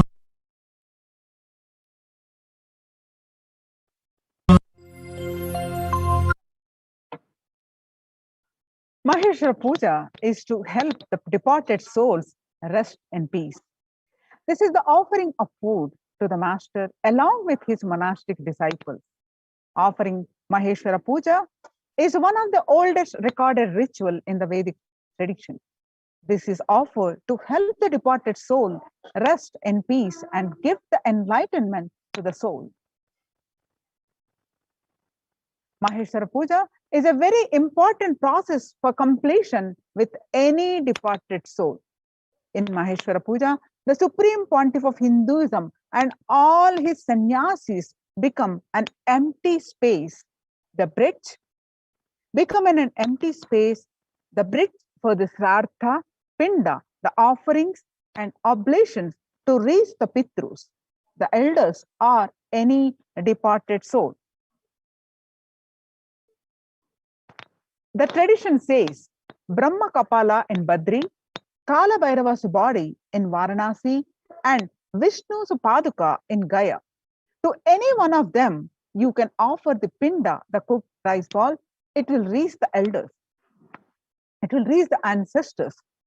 An avatar body is said to be all the three, Brahma Kapala, Kala Bhairava's body, and Vishnu's feet. An incarnation is the space of eternal completion. Physically, mentally, spiritually, he is in the space of eternal completion. When the Supreme Pontiff of Hinduism accepts or receives the Maheshwara Puja given by you, for those moments, he is the direct representative of the departed souls. He is completing the incompletions you have with the departed soul and the incompletions they have with you. With the others, when you want to complete with someone who is dead, normally you invoke them in the mirror or in the other person and complete. In Maheshwara Puja, the Supreme Pontiff of Hinduism himself sits with you and helps you to complete with the departed souls. The Supreme Pontiff of Hinduism sits with you, completing not just the emotional, verbal commitments not fulfilled, anything you have not offered to them when they were alive, you treated them in a wrong way, you didn't give food, medicines, or you didn't take care of them properly when they are alive, anything that you feel incomplete about.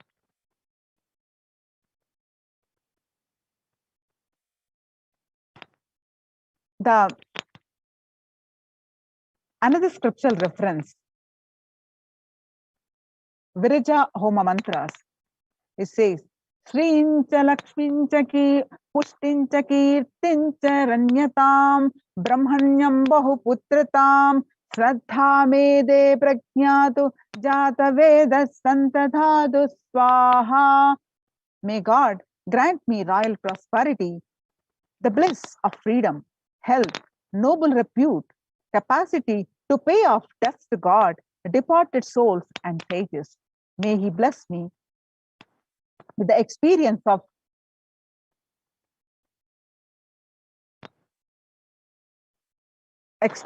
being the favorite inheritor of the cosmos. May He bless me with the sons, faithful and intelligent, as well as grandsons. Now, let's welcome with this understanding. Let's welcome the Supreme Pontiff of Hinduism. Let's start. Sit with the deep face of gratitude to receive him. Please sit straight with your head, neck, spine straight. Inhale deeply, exhale deeply. With the space of deep gratitude and a strong feeling connection, start chanting the Mahavakya. Om Nithyananda Paramashivoham. Om Nithyananda Paramashivoham. Om Nithyananda Paramashivoham. Continue to chant the Mahavakya and sit with a deep space of gratitude to receive the Supreme Pontiff of Hinduism.